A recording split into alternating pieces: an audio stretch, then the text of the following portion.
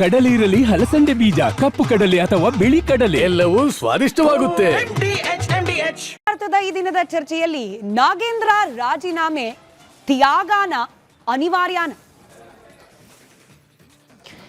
ನಮಸ್ಕಾರ, ಮಹಾಭಾರತ ಚರ್ಚಾ ಕಾರ್ಯಕ್ರಮಕ್ಕೆ ಸ್ವಾಗತ. ನಾನು ಸ್ಮಿತಾ ರಂಗನಾಥ್. ಕೆಲವೇ ಕ್ಷಣಗಳ ಹಿಂದಷ್ಟೇ ತಮ್ಮ ಮಂತ್ರಿ ಸ್ಥಾನಕ್ಕೆ ಮತ್ತೊಮ್ಮೆ ಅಂದ್ರೆ ಒಂದೇ ಸರ್ಕಾರದ ಅವಧಿಯಲ್ಲಿ ಎರಡನೇ ಬಾರಿಗೆ ನಾಗೇಂದ್ರ ಅವರು ರಾಜೀನಾಮೆಯನ್ನು ಸಲ್ಲಿಸಿದ್ದಾರೆ.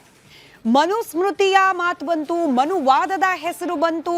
ಬಿಜೆಪಿಗರಿಗೆ ಬಹಿರಂಗ ಸವಾಲು, ಅದರಲ್ಲೂ ಬಳ್ಳಾರಿ ಭಾಗದ ಬಿಜೆಪಿ ನಾಯಕರಿಗೆ ಬಹಿರಂಗ ಸವಾಲನ್ನ ಕೂಡ ಹಾಕಿದ್ದಾರೆ. ಕೇವಲ ಸಚಿವ ಸ್ಥಾನಕ್ಕೆ ಮಾತ್ರ ರಾಜೀನಾಮೆ ಅಲ್ಲ, ನನ್ನನ್ನ ಶಾಸಕ ಸ್ಥಾನಕ್ಕೂ ಕೂಡ ರಾಜೀನಾಮೆಯನ್ನ ಕೊಟ್ಟು ಜನತಾ ನ್ಯಾಯಾಲಯಕ್ಕೆ ಹೋಗ್ಲಿಕ್ಕೆ ಸಿದ್ಧನಿದ್ದೇನೆ, ನೀವು ಬರ್ತೀರಾ? ಒಬ್ಬ ದಲಿತ ಅನ್ನೋ ಕಾರಣಕ್ಕೆ ಇಷ್ಟೆಲ್ಲ ರಾಜಕೀಯ ಮಾಡಿದ್ರಿ. ಇಲ್ಲದ ಆಗದ ಹಗರಣವನ್ನ ಪದೇ ಪದೇ ಹೇಳುವ ಮೂಲಕ ಸುಳ್ಳನ್ನ ಸತ್ಯ ಮಾಡುವ ಪ್ರಯತ್ನವನ್ನ ಬಿಜೆಪಿಗರು ನೀವು ಮಾಡಿದ್ದೀರಿ. ಇದೀಗ ಜನತಾ ನ್ಯಾಯಾಲಯಕ್ಕೆ ಹೋಗೋಣ, ನಿಜವಾಗ್ಲೂ ಹಗರಣ ಆಗಿದೆಯಾ, ಹಗರಣದಲ್ಲಿ ನನ್ನ ಪಾತ್ರ ಇದೆಯಾ, ಜನರೇ ತೀರ್ಮಾನ ಮಾಡಲಿ ಅನ್ನೋ ಹಂತಕ್ಕೆ ಮಾತನಾಡಿದ್ದಾರೆ. ಬಹಳ ಭಾವುಕರಾಗಿ ಕಣ್ಣೀರನ್ನ ಕೂಡ ಹಾಕೊಂಡು ನಾಗೇಂದ್ರ ಅವರು. ಅಲ್ಲಿಗೆ ಒಂದೇ ಒಂದು ತಿಂಗಳ ಅವಧಿಗಾಗಿ ಸಚಿವರನ್ನಾಗಿ ನಾಗೇಂದ್ರ ಅವರನ್ನ ಒಳಗ್ ಕರ್ಕೊಂಡು ಈಗ ಹೊರಗೆ ಕಳಿಸ್ತಾ ಇರುವ ಕಾಂಗ್ರೆಸ್ ಸರ್ಕಾರ ಸಾಧನೆ ಮಾಡಿದ್ದೇನು? ಮುಜುಗರ ತಪ್ಪಿಸ್ಲಿಕ್ಕೆ ರಾಜೀನಾಮೆ ಅಂತ ಹೇಳ್ತಾ ಇರುವ ನಾಗೇಂದ್ರ ಅವರ ಮಾತು ಸತ್ಯಾನ, ಅಥವಾ ಮುಜುಗರ ಆಗ್ತಾ ಇದೆ ಅನ್ನೋ ಕಾರಣಕ್ಕೇನೆ ರಾಜೀನಾಮೆಯನ್ನ ಪಡ್ಕೊಳ್ಳಲಾಯ್ತಾ? ಬಿಜೆಪಿ ಒಡೆದ ಮನೆ ಆಗಿದೆ ಅಂತ ಆರೋಪ ಮಾಡ್ತಾ ಇದ್ದ ವಿರೋಧ ಪಕ್ಷಗಳು ನಾಗೇಂದ್ರ ಅವರ ವಿಚಾರದಿಂದಾಗಿ ಇದೀಗ ಒಗ್ಗಟ್ಟಿನ ಮಂತ್ರವನ್ನ ಪಠಿಸಿ ತಮ್ಮ ಹೋರಾಟದಲ್ಲಿ ಆರಂಭಿಕ ಜಯವನ್ನ ಕೂಡ ಸಂಪಾದಿಸ್ಬಿಟ್ರ. ಹಗರಣ ಆಗಿಲ್ಲ ಅನ್ನೋ ಮಾತು ನಾಗೇಂದ್ರ ಅವರದ್ದು. ಹಾಗಾದ್ರೆ ಇವತ್ತು ಬೆಳಗ್ಗೆ ತಾನೇ ಹೇಳಿದ್ರಲ್ಲ ಉಪಮುಖ್ಯಮಂತ್ರಿಗಳು, ಬಾಕಿ ಇರೋದು ಕೇವಲ 5 ಕೋಟಿ ಮಾತ್ರ ವಾಪಸ್ ಬರಬೇಕು ಅಂತ ಹೇಳಿ. ಹಾಗಾದ್ರೆ ಹೋದ ದುಡ್ಡು ಎಲ್ಲಿಗೆ ಹೋಗಿತ್ತು? ವಾಪಸ್ ಬಂದಿದ್ದು ಎಲ್ಲಿಂದ? ಹಗರಣನೇ ಆಗಿಲ್ಲ ಅನ್ನೋಂಗಿದ್ರೆ ವಾಲ್ಮೀಕಿ ನಿಗಮದ ಅಕೌಂಟ್ನಿಂದ ಹಣ ಯಾಕೆ ಆಚೆ ಹೋಯಿತು? ಒಟ್ಟಾರೆ ಈ ರಾಜೀನಾಮೆ, ಅದರ ಸುತ್ತ ನಡೀತಾ ಇರುವ ರಾಜಕೀಯ, ಇದರಿಂದ ಮುಂಬರಲಿರುವ ಚುನಾವಣೆ, ಪಕ್ಷಗಳ ಡೈನಾಮಿಕ್ಸ್, ಇದ್ರ ಮೇಲೆ ಆಗಬಹುದಾದ ಪರಿಣಾಮ, ಎಲ್ಲ ವಿಚಾರವನ್ನ ಚರ್ಚೆ ಮಾಡ್ತಾ ಹೋಗೋಣ. ಚರ್ಚೆ ಪ್ರಾರಂಭಕ್ಕೆ ಮುಂಚೆ ನಾಗೇಂದ್ರ ಅವರಿಗೆ ಸಂಬಂಧಪಟ್ಟ, ಅವರ ರಾಜೀನಾಮೆಗೆ ಸಂಬಂಧಪಟ್ಟ ಬ್ರೇಕಿಂಗ್ ಅಪ್ಡೇಟ್ ಇದೆ, ಅವರ ಹೇಳಿಕೆಗಳಿದೆ, ಅದನ್ನ ಕ್ವಿಕ್ ಆಗಿ ಗಮನಿಸುವ ಪ್ರಯತ್ನವನ್ನ ಮಾಡ್ತಾ ಹೋಗೋಣ. ಡಿ.ಕೆ. ಶಿವಕುಮಾರ್ ಸಚಿವ ಸಂಪುಟದ ಮೊದಲ ವಿಕೆಟ್ ಪತನ. ಇದೇ ವಿಕೆಟ್ ಸಿದ್ದರಾಮಯ್ಯನವರ ಸರ್ಕಾರ, ಅವ್ರ ನೇತೃತ್ವದ ಸರ್ಕಾರ ಇರ್ತಾ ಕೂಡ ಪತನ ಆಗಿತ್ತು. ಅಲ್ಲಿ ಒಂದೇ ವಿಕೆಟ್ ಎರಡೆರಡು ಬಾರಿ ಒಂದೇ ಸರ್ಕಾರದ ಅವಧಿಯಲ್ಲಿ ಸ್ವ ಇಚ್ಛೆಯಿಂದ ರಾಜೀನಾಮೆ ಘೋಷಿಸುತ್ತಿದ್ದೇನೆ ಅಂತ ಹೇಳಿದ್ದಾರೆ ನಾಗೇಂದ್ರ ಅವರು. ಇದು ಸ್ವ ಇಚ್ಛೆನಾ, ಅಥವಾ ಹೈಕಮಾಂಡ್ನ ಆದೇಶನ, ಅಥವಾ ವಿರೋಧ ಪಕ್ಷಗಳ ಹೋರಾಟಕ್ಕೆ ಹೆದರಿ ಮಾಡಿದ ನಿರ್ಧಾರನ? ಪ್ರಶ್ನೆಗೆ ಉತ್ತರ ಬೇಕು. ಆಗಸ್ಟ್ 12ಕ್ಕೆ ಪ್ರಮಾಣ ವಚನ. ಡಿ.ಕೆ. ಶಿವಕುಮಾರ್ ಅವರ ಸಚಿವ ಸಂಪುಟದ ಸದಸ್ಯರಾಗಿ ಜಾಯಿನ್ ಆಗಿದ್ದು, ಅದಾಗಿ ಕೆಲವೇ ದಿನಗಳಲ್ಲಿ ಇದೀಗ ರಾಜೀನಾಮೆ ಹಂತಕ್ಕೆ ಬಂದು ನಿಂತಿದೆ. ಅಲ್ಲಿಗೆ ಈ ಕೆಲವೇ ದಿನಗಳಲ್ಲಿ ಸರ್ಕಾರ ನಾಗೇಂದ್ರ ಅವರನ್ನ ಸಚಿವ ಸಂಪುಟದ ಒಳಗೆ ಪಡ್ಕೊಳ್ಳೋ ಮೂಲಕ ಸಾಧಿಸಿದ್ದೇನು? ಈಗ ರಾಜೀನಾಮೆಯನ್ನ ಮತ್ತೊಮ್ಮೆ ಪಡ್ಕೊಳ್ಳೋ ಮೂಲಕ ಕಳ್ಕೊಳ್ತಿರೋದೇನು? ಎಲ್ಲ ಪ್ರಶ್ನೆಗಳಿಗೆ ಉತ್ತರವನ್ನ ಕಂಡುಕೊಳ್ಳೋ ಪ್ರಯತ್ನ ಮಾಡ್ತಾ ಹೋಗೋಣ. ಅದಕ್ಕೆ ಮುಂಚೆ ಡಿ ನಾಗೇಂದ್ರ ಅವರು ರಾಜೀನಾಮೆ ಘೋಷಿಸೋ ಸಂದರ್ಭದಲ್ಲಿ ಭಾವುಕರಾಗಿ ಒಂದಷ್ಟು ಮಾತುಗಳನ್ನಾಡಿದ್ದಾರೆ. ಮತ್ತೊಮ್ಮೆ ಕೇಳೋಣ.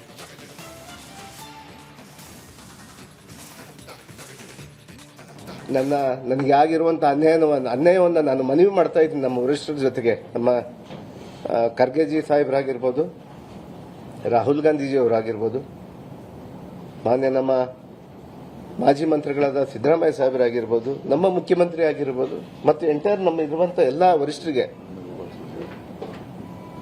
ಮುಖ್ಯವಾಗಿ ನಮ್ಮ ವೇಣುಗೋಪಾಲ್ ಸರ್ ಅವರಾಗಿರ್ಬೋದು, ಸುರ್ಜೇವಾಲಾ ನಮ್ಮ ಇನ್ಚಾರ್ಜ್ ಜನರಲ್ ಸೆಕ್ರೆಟರಿ ಆಗಿರುವಂಥ ನಮ್ಮ ಸುರ್ಜೇವಾಲಾ ಸಾಹೇಬ್ರಿಗಾಗಿರ್ಬೋದು, ಅವರಿಗೆಲ್ಲ ಕೂಡ ನಾನು ಕೈ ಜೋಡಿ ಮನವಿ ಮಾಡ್ಕೊತ ಇದ್ದೀನಿ. ನನಗೆ ಒಂದು ಅವಕಾಶ ಕೊಡಿ. ಇದು ನನ್ನ ಬ್ಲ್ಯಾಕ್ ಮೇಲ್ ತಂತ್ರಗಾರಿಕೆ ಅಲ್ಲ. ನನಗೊಂದು ಅವಕಾಶ ಕೊಡಿ. ನಾನು ಮಂತ್ರಿ ಸ್ಥಾನಕ್ಕೆ ಅಲ್ಲ, ನನ್ನ ಶಾಸಕ ಸ್ಥಾನಕ್ಕೂ ನಾನು ತ್ಯಾಗ ಮಾಡ್ತೀನಿ.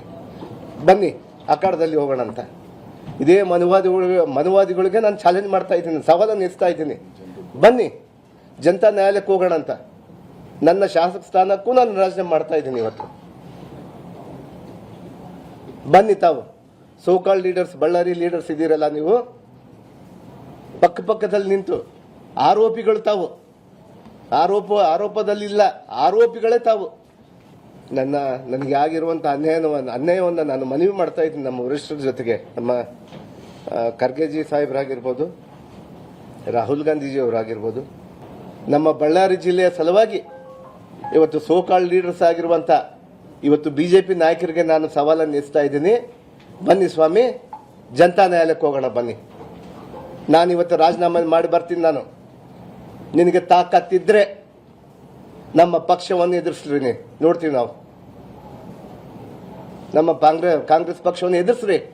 ಒಂದು ಸುಳ್ಳನ್ನು ಇಟ್ಕೊಂಡು ತಾವು ಪಾದಯಾತ್ರೆ ಮಾಡ್ಕೊಂಡು ಬರ್ತಾ ಇದ್ದಾರೆ. ಮನುಸ್ಮೃತಿಯನ್ನೇ ಸಂವಿಧಾನ ಅಂತೇಳಿ ಮನುಸ್ಮೃತಿಯನ್ನೇ ಜಾರಿಗೆ ಮಾಡಲು ಇವತ್ತು ಕೂಡ ಪ್ರಯತ್ನ ಮಾಡ್ತಾ ಇದ್ದಾರೆ. ಇವತ್ತು ಹೇಳ್ತಾ ಇದ್ದೀವಿ, ಇದು ಸಂವಿಧಾನ ಕಾಲ ಬಾಬಾ ಸಾಹೇಬ್ರ ಯುಗ ಅಂತೇಳಿ ಅವ್ರಿಗೆ ಗೊತ್ತಿಲ್ಲ.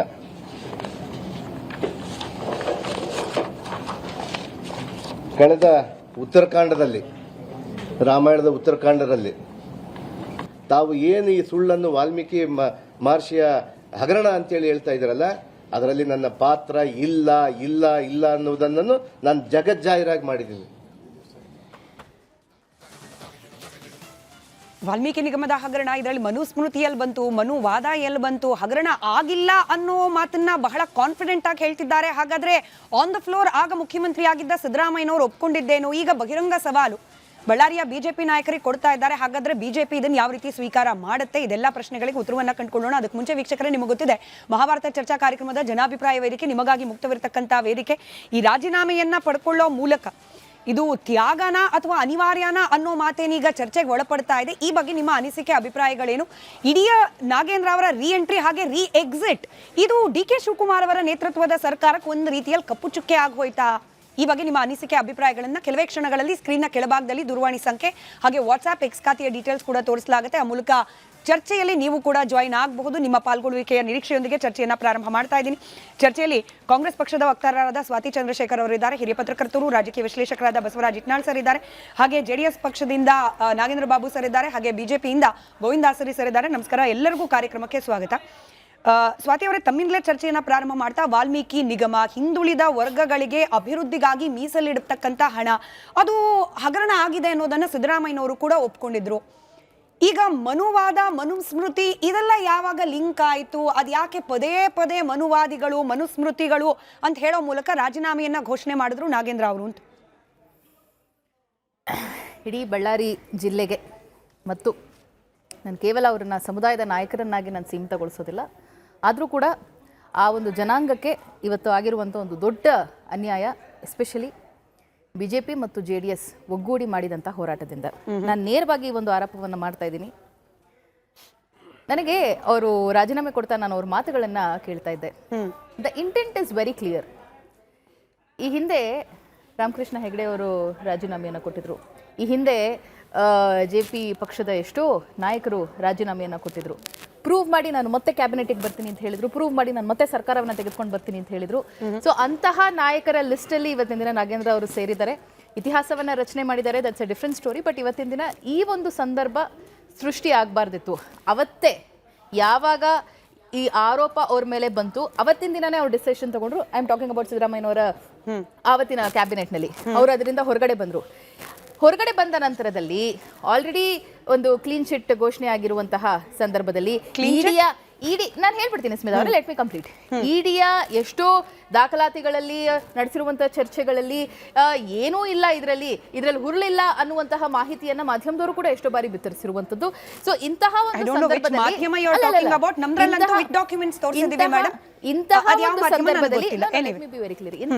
ಸಂದರ್ಭದಲ್ಲಿ ಇಡೀ ಸದನವನ್ನ ಮಾನ್ಯ ಡಿ.ಕೆ. ಶಿವಕುಮಾರ್ ಅವರು ಮುಖ್ಯಮಂತ್ರಿ ಆದ ನಂತರದಲ್ಲಿ ನಡೆದಂತಹ ಮೊದಲ ಸದನವನ್ನ, ಇಡೀ ಸದನದಲ್ಲಿ ಯಾವುದೇ ಚರ್ಚೆ ಆಗಿಲ್ಲ. ಕಾವೇರಿ ವಿಚಾರ ಚರ್ಚೆ ಆಗಿಲ್ಲ, ಬೆಂಗಳೂರು ವಿಚಾರ ಚರ್ಚೆ ಆಗಿಲ್ಲ, ಉತ್ತರ ಕರ್ನಾಟಕ ಚರ್ಚೆ ಆಗಿಲ್ಲ, ಬರ ವಿಚಾರ ಚರ್ಚೆ ಆಗಿಲ್ಲ. ನಾಗೇಂದ್ರ ಅವರು ಅವರ ರಾಜೀನಾಮೆ ಇವಾಗ ಅವರು ರಾಜೀನಾಮೆಯನ್ನ ಕೊಟ್ಟಾಯ್ತು. ಏನ್ ಸಿಕ್ತು ಇವತ್ತಿನ ದಿನ ಬಿಜೆಪಿ ಅವರಿಗೆ? ನೀವು ಅನ್ಯಾಯ, ಇಡೀ ಬಳ್ಳಾರಿ ಜನತೆಗೆ ಅನ್ಯಾಯ ಆಯ್ತು ಅನ್ನೋದನ್ನ ನಿಮ್ ಪ್ರಾರಂಭಿಕ ರಿಮಾರ್ಕ್ಸ್ ಅಲ್ಲಿ ಹೇಳಿದ್ರಿ ಮೇಡಮ್. ಬಳ್ಳಾರಿ ಅಲ್ಲ, ಇಡೀ ಕರ್ನಾಟಕದಲ್ಲಿ ಇರತಕ್ಕಂತ ವಾಲ್ಮೀಕಿ ಸಮುದಾಯದ ಜನರಿಗೆ ಸಂಬಂಧಪಟ್ಟ ಹಣ ನಕಲಿ ಚೆಕ್ಗಳ ಮೂಲಕ ಫಾರ್ಮ್ ಹೌಸ್ಗೆ, ನಕಲಿ ಚೆಕ್ಗಳ ಮೂಲಕ ಫೇಕ್ IT ಕಂಪನಿಗಳಿಗೆ, ನಕಲಿ ಚೆಕ್ಗಳ ಮೂಲಕ ಬೆಳ್ಳಿ ಅಂಗಡಿಗೆ, ನಕಲಿ ಚೆಕ್ಗಳ ಮೂಲಕ ಬಾರ್ಗಳಿಗೆ ಹೋದಾಗ ವಾಲ್ಮೀಕಿ ಸಮುದಾಯಕ್ಕೆ ಅನ್ಯಾಯ ಆಗಿದೆ ಅನ್ನೋ ಮಾತನ್ನ ಕಾಂಗ್ರೆಸ್ ಪಕ್ಷದ ಯಾರೊಬ್ರು ಹೇಳಲಿಲ್ಲ. ಯಾಕೆ? Why now playing victim card? ಈಗ ಯಾಕೆ ಕಣ್ಣೀರ್ ಹಾಕೋದು? ಅವತ್ತಿನ ದಿನ ನಾವು ಸದನದಲ್ಲಿ ಅಚಾತುರ್ಯ ನಡೆದಿರಬಹುದು, ಅದ್ರ ಬಗ್ಗೆ ತನಿಖೆ ನಡೆಯುತ್ತೆ ಅನ್ನುವಂತಹ ಸ್ಟೇಟ್ಮೆಂಟ್ ಅನ್ನ ಮಾನ್ಯ ಮುಖ್ಯಮಂತ್ರಿಗಳು ಅವತ್ತಿನ ದಿನ ಕೊಟ್ಟಿದ್ದಾರೆ. ನಾವೇನ್ ಮುಚ್ಚುಮರೆ ಮಾಡ್ಕೊಂಡು ತಲೆ ಮರೆಸ್ಕೊಂಡು ಓಡಾಡ್ಲಿಲ್ಲ. ನಾವು ಸರ್ಕಾರದಲ್ಲಿದ್ದವರು, ನಾವು ಧೈರ್ಯವಾಗಿ ಏನೇ ಬಂದ್ರು ಕೂಡ ಎದುರಿಸಿದೀವಿ. ಅವತ್ತಿನ ದಿನ ಆ ಕ್ಷಣಕ್ಕೆ ನಾಗೇಂದ್ರ ಅವರ ರಾಜೀನಾಮೆ ಸೂಕ್ತ ಅಂತ ಅನ್ಸಿತ್ತು, ಅವತ್ತಿನ ದಿನ ಪಡ್ಕೊಂಡ್ರು. ಆದ್ರೆ ಇವತ್ತಿನ ದಿನ ಆಗಿದ್ದಿದೆಯಲ್ಲ, ನಾಗೇಂದ್ರ ಅವರಿಗೆ ಮತ್ತು ಅವರ ಸಮುದಾಯಕ್ಕೆ ಆಗಿರುವಂತ ಒಂದು ದೊಡ್ಡ ಅನ್ಯಾಯ. ಮುಂದಿನ ದಿನಗಳಲ್ಲಿ ಏನ್ ಇವತ್ತಿನ ದಿನ ಎಸ್ಟಿ ಜನಾಂಗದವರು ನಮ್ ಜೊತೆ ಇದ್ದಾರೆ, ಎಸ್ಸಿ ಲೆಫ್ಟ್ ನಮ್ ಜೊತೆ ಇದ್ದಾರೆ ಅಂತ ಹೊತ್ಕೊಂಡು ಮೆರಿತಾ ಇದಾರಲ್ಲ ಬಿಜೆಪಿಯವರು, ಈಗ ಮತ್ತೆ ಮಂತ್ರಿ ಮಾಡಿದ್ಯಾಕೆ ಬಿಜೆಪಿ ಮತ್ತು JDS ನಾವು ಸದನದಲ್ಲಿ ಮತ್ತು ಇಡೀ ರಾಜ್ಯಾದ್ಯಂತ ಹೋರಾಟವನ್ನ ಮಾಡಿದ ಮೇಲೆ ಮತ್ತೆ ಈಗ ರಾಜೀನಾಮೆಯನ್ನ ತೆಗೆದುಕೊಂಡ್ರಿ? ಮಂತ್ರಿನೇ ಮಾಡಬೇಕಾಗಿರ್ಲಿಲ್ಲ.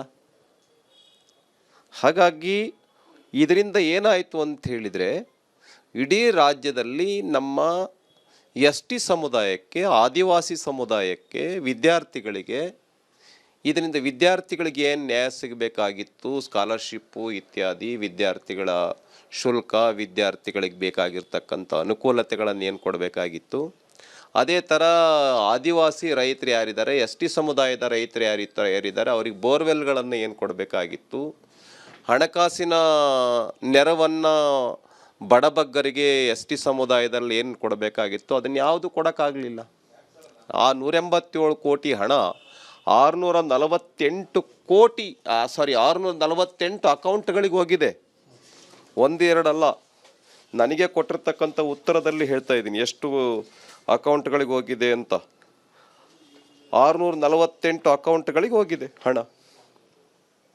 18 ನಕಲಿ ಖಾತೆಗಳಿಗೆ 648 2/3 ಲೇಯರ್ನ ಅಕೌಂಟ್ಗಳಿಗೆ ಹೋಗಿದೆ.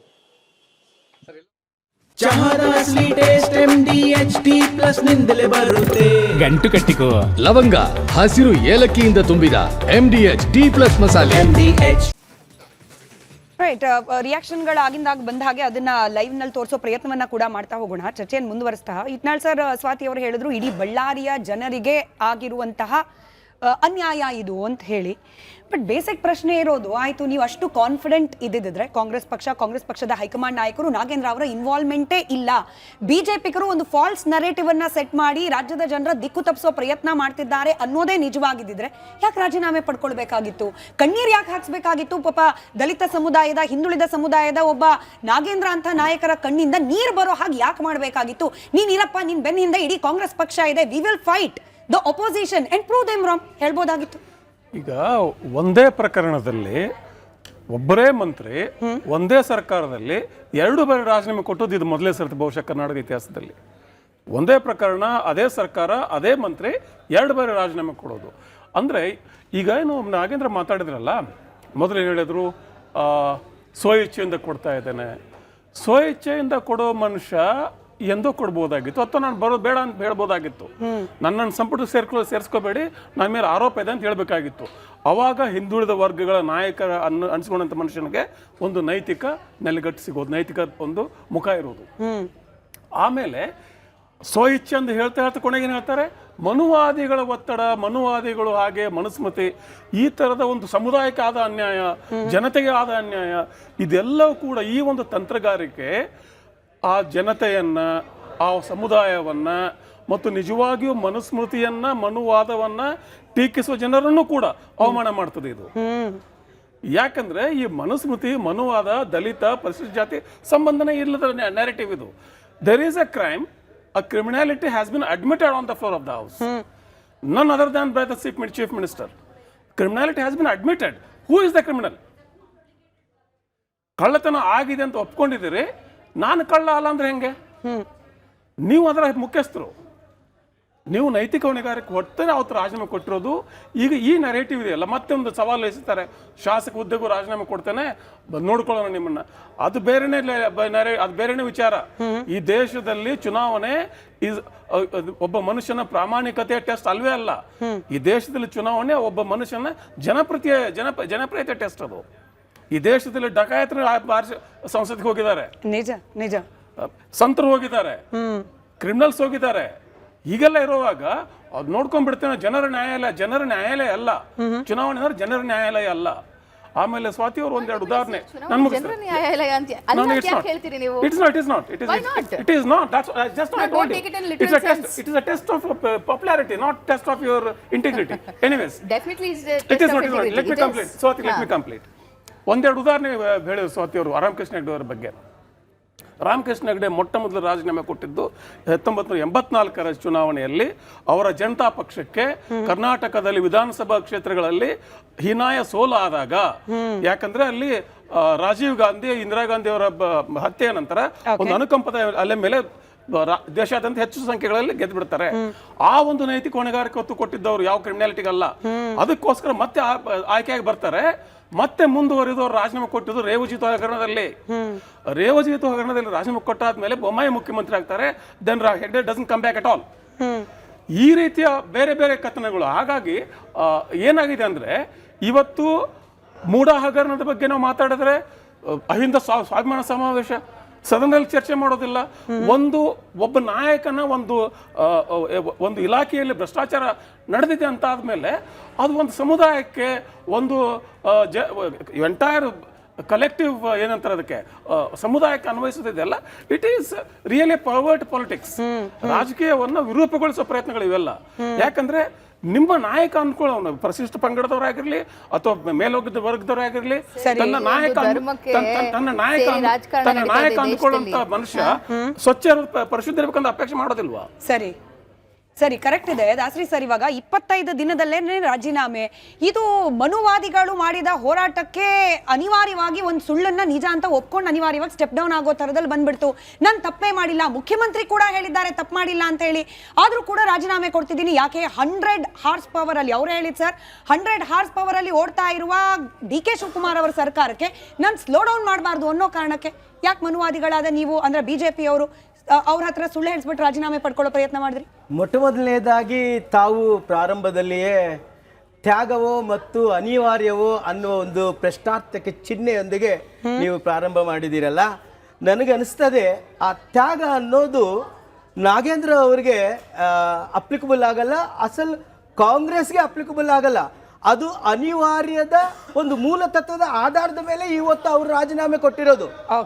ಮುಖ್ಯವಾಗಿ ಇವತ್ತಿನ ದಿನ ನೀವೇ ಎಲ್ಲ ಪ್ರಚಾರವನ್ನು ಮಾಡಿದ್ದೀರಿ. 187 ಕೋಟಿ ರೂಪಾಯಿ ದಲಿತರದು ಅಂತ ಏನು ಹೇಳ್ತಾ ಇದ್ದಾರಲ್ಲ, ST ವಾಲ್ಮೀಕಿ ಸಮಾಜದ ಅಭಿವೃದ್ಧಿ ನಿಗಮದ 187 ಕೋಟಿ ರೂಪಾಯಿ ಅಲ್ಲ 90 ಕೋಟಿ ರೂಪಾಯಿ ಅಂತ ಹೇಳಿ ಸಾಕ್ಷಾತ್ ಅಸೆಂಬ್ಲಿಯ ಸಾಕ್ಷಿಯಾಗಿ ಅಂದಿನ ಮುಖ್ಯಮಂತ್ರಿಗಳು ಹೇಳಿದ್ರು. ರಾಜೀನಾಮೆ ಕೊಟ್ಟಿದ್ರು, SIT ಕ್ಲೀನ್ ಚಿಟ್ ಕೊಟ್ಟಿದೆ ಅವ್ರಿಗೆ. ಸ್ವಾತಿ ಅವರು ಹೇಳ್ತಿದ್ದಾರೆ. ತಾವು SIT ಬಗ್ಗೆ ನಾವು ಮಾತಾಡ್ತಾ ಇದ್ದೀರಲ್ಲ, ತಾವು SIT ಅಂತ ಹೇಳಿದ್ರೆ Siddaramaiah investigation agency, Shivakumar investigation agency. ನೀವು 187 ಕೋಟಿ ಅಲ್ಲ 90 ಕೋಟಿ ಅಂತ ಹೇಳಿದ್ದು ಸಾಕ್ಷಾತ್ ಈ ರಾಜ್ಯದ ಅಂದಿನ ಮುಖ್ಯಮಂತ್ರಿ ಇಂದಿನ ಮಾಜಿ ಮುಖ್ಯಮಂತ್ರಿ ಸಿದ್ದರಾಮಯ್ಯನವರು. ಹಾಗಾದರೆ ನೀವು ಮನುವಾದಿನ ಅಡ್ಡ ತಗೊಂಡು ಬರ್ತಾ ಇದ್ದೀರಲ್ಲ, ನೀವು ಒಬ್ಬ ಕ್ರಿಮಿನಲ್ ಆಗಿದ್ದೀರಿ. ದಲಿತ ವಿರೋಧಿ ಬಿಜೆಪಿ. ಹೀಗಾಗೇನೆ ಒಬ್ಬ ದಲಿತ ಹಿಂದುಳಿದ ಸಮುದಾಯದ ನಾಯಕ ಸಚಿವರಾಗಿರೋದನ್ನ ಸಹಿಸ್ಕೊಳಕ್ ಆಗ್ತಾ ಇಲ್ಲ. ಹಿಂಗಾಗಿ ಸುಳ್ಳನ್ನ ನಿಜ ಮಾಡ್ಲಿಕ್ಕೆ ಪ್ರೂವ್ ಮಾಡಿದ್ದೀರಿ. ತಾವು 187 ಕೋಟಿ ರೂಪಾಯಿ ಅಲ್ಲ 90 ಕೋಟಿ ಅಂತ ಒಪ್ಪಿಕೊಂಡಿರ್ತಕ್ಕಂತಹ ಸಿದ್ದರಾಮಯ್ಯ ನಾಗೇಂದ್ರ ಅವ್ರ ಹೆಸರಿರ್ಲಿಲ್ಲ. ಅದನ್ನೇ ಅಲ್ವಾ ಸ್ವಾತಿ ಅವರು ಕಾಂಗ್ರೆಸ್ನವರೆಲ್ಲ ಹೇಳ್ತಿರೋದು. ನಾಗೇಂದ್ರ ಅವ್ರ ಹೆಸರಿರ್ಲಿಲ್ಲ. ಇಡಿ ಬಹಳ ಸ್ಪಷ್ಟವಾಗಿ ಕೊಟ್ಟಿದೆ. ಇವತ್ತಿನ ದಿನ CBI ಕೂಡ ಬಂದಿದೆ, ರಾಜ್ಯಪಾಲರಿಗೆ ಕೇಳಿದ್ದಾರೆ, ಪ್ರಕ್ರಿಯೆ ಎಲ್ಲವೂ ಶುರುವಾಗ್ತದೆ. ಬಟ್ ನಾನು ಹೇಳೋದೇನೆಂದ್ರೆ, ಇವತ್ತು ರಾಜೀನಾಮೆ ಭ್ರಷ್ಟ ನಾಗೇಂದ್ರ ರಾಜೀನಾಮೆ ಭ್ರಷ್ಟ ಕಾಂಗ್ರೆಸ್ ಪಕ್ಷದ ಒಬ್ಬ ಮಂತ್ರಿ ರಾಜೀನಾಮೆ ಕೊಟ್ಟಿದ್ದಾರಲ್ಲ, ಅದು ಸಾಕ್ಷಾತ್ ಬಳ್ಳಾರಿಯ SC ST ಅಥವಾ ದಲಿತರಿಗೆ ಅಲ್ಲ, ಇಡೀ ಕರ್ನಾಟಕ ರಾಜ್ಯದ ದಲಿತ ಮತ್ತು ST ಸಮುದಾಯಕ್ಕೆ ಸಿಕ್ಕಿರ್ತಕ್ಕಂತಹ ಒಂದು ಅದ್ಭುತವಾಗಿರ್ತಕ್ಕಂಥ ಅನ್ಯಾಯ ಅಂತ ಅವ್ರು ಹೇಳ್ತಿದ್ದಾರೆ. ನೋಡಿ, ಅನ್ಯಾಯ ಆಗಿದ್ರೆ ಅಂದಿನ ಮುಖ್ಯಮಂತ್ರಿಗಳು 187 ಕೋಟಿ ಅಲ್ಲ 90 ಕೋಟಿ ಅಂತ ಹೇಳಿ ಆನ್ ದ ಫ್ಲೋರ್ ಅಲ್ಲಿ ಒಪ್ಕೊಂಡಿದ್ದಾರಲ್ಲ. ಅನ್ಯಾಯ ಆಗಿದ್ರೆ ಅಂದಿನ ಮುಖ್ಯಮಂತ್ರಿಗಳು ಗೊತ್ತಿದ್ದಿಲ್ವಾ? ನೋಡಿ, ಕಾಂಗ್ರೆಸ್ ಸ್ಮಿತಾ, ನಾನು ಹೇಳ್ತೀನಿ, ಕಾಂಗ್ರೆಸ್ನ ಇತಿಹಾಸ ಸ್ವಲ್ಪ ಹಂಗೆ ಹೋಗಿ ಬರ್ತೀನಿ ನಾನು. 1947 ಭಾರತಕ್ಕೆ ಸ್ವತಂತ್ರ ಬಂದ ನಂತರ ಅವರು ಮಾಡಿರ್ತಕ್ಕಂಥ ಭ್ರಷ್ಟಾಚಾರಗಳು, ಅವ್ರು ಮಾಡಿರ್ತಕ್ಕಂಥ ಒಂದಲ್ಲ. ನಾವು ತುಂಬಾ ಹಿಂದೆ ಹೋಗೋದ್ ಬೇಡ. ಇವತ್ತು 2024 ಒಂದ್ಸತಿ 26 ಒಂದ್ಸತಿ anyway, ವಿಜೇಂದ್ರ ಅವರಿಗೆ ಸಂಬಂಧಪಟ್ಟ ಸರಿ ನಾಗೇಂದ್ರ ಬಾಬು ಸರ್ 15 ST ಕ್ಷೇತ್ರಗಳಲ್ಲೂ ಕೂಡ ನಾನು ಕ್ಯಾಂಪೇನ್ ಮಾಡ್ತೀನಿ, ಹೆಂಗೆ ಒಬ್ಬ ಹಿಂದುಳಿದ ಸಮುದಾಯದ ನಾಯಕನನ್ನ ಬಿಜೆಪಿ ಹಾಗೆ ಜೆಡಿಎಸ್ ನವರು ಸೇರಿ ರಾಜೀನಾಮೆ ಕೊಡೋ ಹಂಗ್ ಮಾಡಿದ್ರು ಅಂತ ಹೇಳಿ ನಾನು ಕ್ಯಾಂಪೇನ್ ಮಾಡ್ತೀನಿ ಅಂತ ಅನೌನ್ಸ್ ಮಾಡ್ತಾ ಇದ್ದಾರೆ. ಸವಾಲ್ ಆಗ್ತಿದ್ದಾರೆ ಬಿಜೆಪಿ ಜೆಡಿಎಸ್ಗೆ ನಾಗೇಂದ್ರ ಅವರು. ಸ್ಮಿತಾವ್ರೆ, ಅನೇಕ ಸಂದರ್ಭಗಳಲ್ಲಿ ಈ 197 ಕೋಟಿ ಹಗರಣದ ಬಗ್ಗೆ ಸಾಕಷ್ಟು ಚರ್ಚೆಗಳು ಮಾಡಿದ್ದೀವಿ. ಒಂದು ಹೆಜ್ಜೆ ಮುಂದಕ್ಕೆ ಹೋಗೋಣ. ಇವತ್ತು ಮಾನ್ಯ ಸಚಿವರು ಕಾಂಗ್ರೆಸ್ ವಕ್ತಾರರು ಕೂಡ ಒಂದು ಮಾತು ಹೇಳ್ತಾ ಇದ್ರು, ರಾಜೀನಾಮೆ ಮಾಡಿ ಇತಿಹಾಸವನ್ನು ಸೃಷ್ಟಿ ಮಾಡಿದ್ದಾರೆ ಅಂತ. ಖಂಡಿತ ಒಂದೇ ಸರ್ಕಾರದಲ್ಲಿ ಒಂದೇ ಮಂತ್ರಿ 2 ಬಾರಿ ರಿಸೈನ್ ಮಾಡಿ ಇತಿಹಾಸವನ್ನು ಸೃಷ್ಟಿ ಮಾಡಿದ್ದಾರೆ. ನಾನು ಹೇಳ್ತಾ ಇರ್ತಕ್ಕಂಥದ್ದು, ನಿಮಗೆ ಆ ಒಂದು ಸಮಾಜದ ಬಗ್ಗೆ ಅಷ್ಟೊಂದು ಕಾಳಜಿ ಇದ್ದಿದ್ರೆ ನೋಡಿ, ಆ ಸಮಾಜದೊಂದು ನಾನು ಹೊಣೆಗಾರಿಕೆ ಹೊತ್ಕೊಂಡಿದ್ದೀನಿ. ಈ ಸಮಾಜಕ್ಕೆ ಅನ್ಯಾಯ ಆದಂಥ ಸಂದರ್ಭದಲ್ಲಿ ಅದರ ಹೊಣೆಗಾರಿಕೆ ನಂದೇನೆ. ನಾನು ನೈತಿಕವಾಗಿ ಹೊಣೆ ಹೊತ್ಕೊಂಡು ಆವತ್ತೇ ರಾಜೀನಾಮೆ ಕೊಡ್ತೀನಿ ಎಂದಿದ್ರೆ ಇವತ್ತು ಈ ಪರಿಸ್ಥಿತಿ ಬರ್ತಿರಲ್ಲ ಅಂತಕ್ಕಂಥದ್ದು ಒಂದು. ಮೊನ್ನೆ ಕಾಂಗ್ರೆಸ್ ವಕ್ತಾರರು ಮತ್ತೆ ಒಂದು ಮಾತು ಹೇಳ್ತಿದ್ರು, ಜ್ವಲಂತ ಸಮಸ್ಯೆಗಳು ಇಟ್ಕೊಂಡ್ಬಿಟ್ಟು ನಾವು ಈ ರಾಜ್ಯದಲ್ಲಿ ಬರೀ ಕಲಾಪಗಳನ್ನು ಅಡ್ಡಿ ಮಾಡಿ ರಾಜೀನಾಮೆ ಕೇಳಿದ್ವಿ ಅಂತ ಹೇಳಿ. ಹಾಗಾದರೆ ಮಂತ್ರಿಗಳಿಗೆ ಗೊತ್ತಿರಲಿಲ್ವಾ ಜ್ವಲಂತ ಸಮಸ್ಯೆಗಳಿದೆ, ಅದ್ರ ಬಗ್ಗೆ ಚರ್ಚೆ ಮಾಡೋಣ, ನಾನು ಈ ಮಂತ್ರಿಮಂಡಲಕ್ಕೆ ಬರೋದು ಬೇಡ, ಜ್ವಲಂತ ಸಮಸ್ಯೆಗಳಿದೆ ಚರ್ಚೆ ಮಾಡೋಣ ಅಂತಿಲ್ಲ. ಅದು ಈ ಚರ್ಚೆಗಳು ಮೊದಲಾದ್ರೂ ಕೂಡ ರಾಜೀನಾಮೆ ಮಾಡಬೇಕು. ಒಂದ್ ನಿಮಿಷ ರಸ್ತೆಯಲ್ಲಿ ನಿಂತ್ಕೊಂಡು ಒಂದು ನಿಮಿಷ ಆಯ್ತು. ಕೇಂದ್ರದಲ್ಲಿ ಏನ್ ಮಾಡ್ತೀರಿ ನೀವು? ಕೇಂದ್ರದಲ್ಲಿ ಏನ್ ಮಾಡ್ತೀರಿ ಹೇಳಿ? ನಾನು ನೋಡಿ, ನೀವು ಮಾತಾಡೋದು ನಾನು ಮಾತಾಡಿಲ್ಲ. ಕೇಂದ್ರದಲ್ಲಿ ಏನ್ ಮಾಡ್ತೀರಿ ನೀವು? ಹಗಲು ರಾತ್ರಿ ನಿಮ್ಮ ನಾಯಕರಾದಂತ ಸನ್ಮಾನ್ಯ ರಾಹುಲ್ ಗಾಂಧಿ ಅವರಿಗೆ ಈ ದೇಶದ ಜ್ವಲಂತ ಸಮಸ್ಯೆಗಳು ಕಾಶ್ಮೀರದಿಂದ ಕಾಶ್ಮೀರದಿಂದ ಕನ್ಯಾಕುಮಾರಿ ತನಕ ಅನೇಕ ಜ್ವಲಂತ ಸಮಸ್ಯೆಗಳಿತ್ತು. ಹಾಗಾದ್ರೆ ಸದನದಲ್ಲಿ ಕಲಾಪದಲ್ಲಿ ನೀವು ಯಾಕೆ ಅಡ್ಡಿ ಮಾಡಿದ್ರಿ? ಸಮಸ್ಯೆಗಳ ಬಗ್ಗೆ ನಿಮ್ಗೂ ಜವಾಬ್ದಾರಿ ಇರಲಿಲ್ವಾ? ಇದನ್ನ ಬೇಕಾದ್ರೆ ರಾಜೀನಾಮೆ ಆಮೇಲೆ ಇಟ್ಕೊಳ್ಳೋಣ, ಇವತ್ತು ಸಮಸ್ಯೆಗಳ ಬಗ್ಗೆ ಚರ್ಚೆ ಮಾಡೋಣ ಅಂತಕ್ಕಂಥ ನಿಮಗೆ ನೈತಿಕವಾದಂತ ಒಂದು ಹಕ್ಕಿರಲಿಲ್ವಾಗಾದ್ರೆ ಇವತ್ತು ಮಾತ್ರ ಪಾಪ ನೊಂದ್ಕೊಂಡು ಮಾತಾಡ್ತಾ ಇದ್ರೆ ಆಗ್ಲೇನೆ. ಮೇಡಮ್, ಇಲ್ಲಿ ಇನ್ನೂ ಒಂದು ಮುಖ್ಯವಾದ ವಿಚಾರ ಇದೆ. ವಿಶ್ಲೇಷಕರು ಕೂಡ ಇದ್ರ ಬಗ್ಗೆ ನನಗೆ ಸ್ವಲ್ಪ ಮಾಹಿತಿ ಕೊಡಬೇಕಾಗುತ್ತೆ. ಹಣಕಾಸು ಇಲಾಖೆ ಇರ್ತಕ್ಕಂಥದ್ದು ಮಾನ್ಯ ಮುಖ್ಯಮಂತ್ರಿಗಳ ಹತ್ರ. ಇವ್ರು ಹೇಳ್ತಾರೆ ಪದೇ ಪದೇ ನಮಗೆ ಸಂಬಂಧನೇ ಇಲ್ಲ ಅಧಿಕಾರಿಗಳು ಅಂತೇಳಿ. ಇವತ್ತು ಯಾವ ಚಂದ್ರಶೇಖರ್ ಅವರು ಆತ್ಮಹತ್ಯೆ ಮಾಡ್ಕೊಂಡಂತ ಸಂದರ್ಭದಲ್ಲಿ ಅವರ ಡೆತ್ ನೋಟ್ ಅಲ್ಲಿ ನಾನು ಸಾಕಷ್ಟು ಸತಿ ಹೇಳಿದ್ದೀನಿ, ಶಾಸಕರ ಮೌಖಿಕ ಆದೇಶದ ಮೇರೆಗೆ ಮತ್ತೆ ಅಧಿಕಾರಿಗಳ ಮೌಖಿಕ ಆದೇಶದ ಮೇರೆಗೆ ಅಂತಕ್ಕಂಥ ಪದ ಬಳಕೆ ಮಾಡಿದ್ದಾರೆ. ಇವರು ಆತ್ಮಹತ್ಯೆ ಮಾಡ್ಕೊಂಡಿದ್ದಕ್ಕೆ ಒಂದು ಇಲಾಖೆ ಹೊರಗಡೆ ಬಂದಿದೆ. ಎಷ್ಟು ಇಲಾಖೆಗಳಲ್ಲಿ ಈ ರೀತಿ ನಡೆದಿದೆ ಹಣಕಾಸಿನ ವಿಚಾರದಲ್ಲಿ ಅಂತಕ್ಕಂಥದ್ದು ಇವತ್ತು ಮಾನ್ಯ ಅವತ್ತೇನೆ ಸಿದ್ದರಾಮಯ್ಯನವರು ರಾಜೀನಾಮೆ ಕೊಡಬೇಕಿತ್ತು. ಈ ವಿಚಾರದಲ್ಲಿ ಹಣಕಾಸಿನ ಖಾತೆ ಇರ್ತಕ್ಕಂಥದ್ದು ನಿಮ್ದು. ರಾಜ್ಯದಲ್ಲಿ ಬೇರೆ ಬೇರೆ ವಿಚಾರಗಳಲ್ಲಿ ಹಣಕಾಸಿನ ವಿಚಾರದಲ್ಲಿ ಎಷ್ಟು ಹಣ ಪೋಲಾಗಿದೆ ಅದನ್ನ ನೀವು ಹೇಳಬೇಕಾಗುತ್ತೆ. ಮೊದಲು ಎರಡನೇದಾಗಿ. ಮೂರನೇದವ್ರು ಹೇಳ್ತಿದ್ರು ಪಾಪ ನೋಡಿ, ಇವತ್ತು ಈ ರಾಜ್ಯದಲ್ಲಿ ಯಾವುದೇ ಕಾರಣಕ್ಕೂ ಈ ST ನಿಗಮದಲ್ಲಿ ಇರ್ತಕ್ಕಂಥ ಕಡು ಬಡವರಿಗೆ ಇವತ್ತು ಸೇರ್ಬೇಕಾಗಿರ್ತಕ್ಕಂಥ ಹಣ ನಾನ್ ನಿಂತ್ಕೊಂಡು ಇದ್ರ ಜವಾಬ್ದಾರಿ ಹೊಣೆಗಾರಿಕೆ ತಗೊಂಡು ನಾನು ಕೊಡಿಸ್ತೀನಿ ಅಂತ ಒಂದ್ ಮಾತು ಹೇಳಿದ್ರೆ ಈಗ ಪ್ರಶ್ನೆ ಏನ್ ಬರುತ್ತೆ ನಾಗೇಂದ್ರ ಸರ್, ರಾಜೀನಾಮೆ ಕೊಟ್ರು ಹಣ ವಾಪಸ್ ಬಂದ್ಬಿಡುತ್ತಾ? ಹಣ ವಾಪಸ್ ತರೋ ಪ್ರಕ್ರಿಯೆ ಆಲ್ರೆಡಿ ಪ್ರಗತಿಯಲ್ಲಿ ಇದೆಯಪ್ಪ, ಆಲ್ರೆಡಿ ಪ್ರಗತಿಯಲ್ಲಿದೆ. 5 ಕೋಟಿ DCM ಹೇಳಿದ್ದಾರೆ ಸರ್, 5 ಕೋಟಿ ಮಾತ್ರ ಬರೋದು ಬಾಕಿ ಇದೆ, ಅದನ್ನ ನಾವು ಮಾಡ್ತಿದೀವಿ, ರಿಕವರ್ ಆಗ್ತಾ ಇದೆ. ರಾಜೀನಾಮೆ ಪಡ್ಕೊಂಡು ಏನ್ ಸಾಧಿಸಿದ್ರಿ ವಿರೋಧ ಪಕ್ಷದವರು? ಕಾಂಗ್ರೆಸ್ ಪ್ರಶ್ನೆ ಇದು. ಅದನ್ನೇ ಯಾರನ್ನೋ ಮಾಡ್ರು ಮಾಡಿದ್ದೀವಿ, ಬಾಡಿ ಎತ್ಕೊಂಡ್ ಬಂದಿದ್ದೀವಲ್ಲ, ಇನ್ನೇನಿಗೆ ಬೇಕು? ಬಾಡಿ ಎತ್ಕೊಂಡ್ ಬಂದ್ಮೇಲೆ ನಿಮ್ಗೆ ಯಾಕೆ ಬೇಕು? ಅವಶ್ಯಕತೆ ಇಲ್ವಲ್ಲ, ಬಾಡಿ ಬಂದೈತಲ್ಲ ನಿಮಗೆ. ಬಾಡಿ ತಗೊಂಡ್ಮೇಲೆ ನೀವು ಇನ್ನೇನ್ ಮಾಡ್ತೀರಾ? ನೋಡಿ, ಒಂದು ಇರ್ತಕ್ಕಂಥ ನೀವು ಮಾತಾಡ್ತಾ ಇರ್ತಕ್ಕಂಥ ವಿಚಾರ ಇದೆ. ನಿಮಗೆ ಜವಾಬ್ದಾರಿ ಇರ್ತಕ್ಕಂಥವ್ರು ಮೇಡಮ್, ನಾನು ಅವತ್ತೇ ಒಂದು ಮಾತನ್ನ ಹೇಳಿದೆ, ಯಾವ ಒಂದು ಈ ಸಮ್ಮಿಶ್ರ ಸರ್ಕಾರಗಳಿದ್ದಂತ ಸಂದರ್ಭದಲ್ಲಿ ಅಭಿವೃದ್ಧಿ ವಿಚಾರದಲ್ಲಿ ತಾರತಮ್ಯ ಆಗುತ್ತೆ ಅಂತಕ್ಕಂಥ ಅವತ್ತಷ್ಟು ಅಭಿವೃದ್ಧಿ ನಡೆದಿದ್ರು ಹೇಳಿದ್ರು. ಅದಕ್ಕೆ ಜನ 136 ಸೀಟ್ ಕೊಟ್ಟಂತ ಸಂದರ್ಭದಲ್ಲಿ 3 ವರ್ಷದಲ್ಲಿ 1.5 ವರ್ಷ ಬರೀ ಮುಖ್ಯಮಂತ್ರಿಗಳಿಗೋಸ್ಕರ ನೀವು ಕಾಲಹರಣ ಮಾಡಿದ್ರಿ. ಈಗ ಒಂದು ಎರಡನೇ ಮುಖ್ಯಮಂತ್ರಿ ಆದ್ಮೇಲೆ 60 ದಿನ ಕಾಲಹರಣ ಮಾಡಿದ್ರಿ. ಮತ್ತೆ ಸಚಿವರುಗಳಾದ್ಮೇಲಂತೂ 10 ದಿನ ಕಾಲಹರಣ ಮಾಡಿದ್ರಿ. ಅದಾದ್ಮೇಲೆ ಖಾತೆಗಳ ಹಂಚಿಕೆಗರಣ ಮಾಡಿದ್ರಿ. ಮತ್ತೊಂದು ಒಲ್ಲದ ಖಾತೆಗಳ ಬಗ್ಗೆ ಪದೇ ಪದೇ ನಾನು ಹೇಳಿದ್ದೀನಿ. ಇವತ್ತು ಯಾವ ಒಲ್ಲದ ಖಾತೆ ಬಗ್ಗೆ ನಾವು ಪ್ರಾಬ್ಲಮ್ ಮಾಡ್ಕೊಂಡ್ವಿ? ಕಾವೇರಿ ಇಶ್ಯೂ ಕುತ್ತಿಗೆ ತಂದ್ಕೊಂಡ್ವಿ. ಯಾವತ್ತು ಇವತ್ತು ಗೃಹ ಸಚಿವರ ವಿಚಾರದಲ್ಲಿ ನಾವು ಅವರ ಸ್ವಂತ ಊರಲ್ಲೇನೆ ಜೈಲಲ್ಲಿ ಏಡಿ ಕೊಟ್ಟರು. ಇವರು ಜೈಲಲ್ಲಿ ಸ್ಟುಡಿಯೋ ಏಡಿ ಇಲ್ಲ ಅಂತ ಕಾಣುತ್ತೆ, ಅವ್ರು ಜೈಲಲ್ಲಿ ಏಡಿ ಕೊಟ್ಟರು ಹೊರಗಡೆ ಹೋಗಕ್ಕೆ. ಈ ರೀತಿ ಒಲ್ಲದ ಖಾತೆಗಳನ್ನು ಕೊಟ್ಟು ಯಾವ ನಮ್ಮ ಇದರ ಮುಖ್ಯಮಂತ್ರಿಗಳು ಏನಂತ ಹೇಳಿದ್ರು ಲಕ್ಷ್ಮಣ ಸವದಿ ಬಗ್ಗೆ? ಏನಂತ ಹೇಳಿದ್ರು?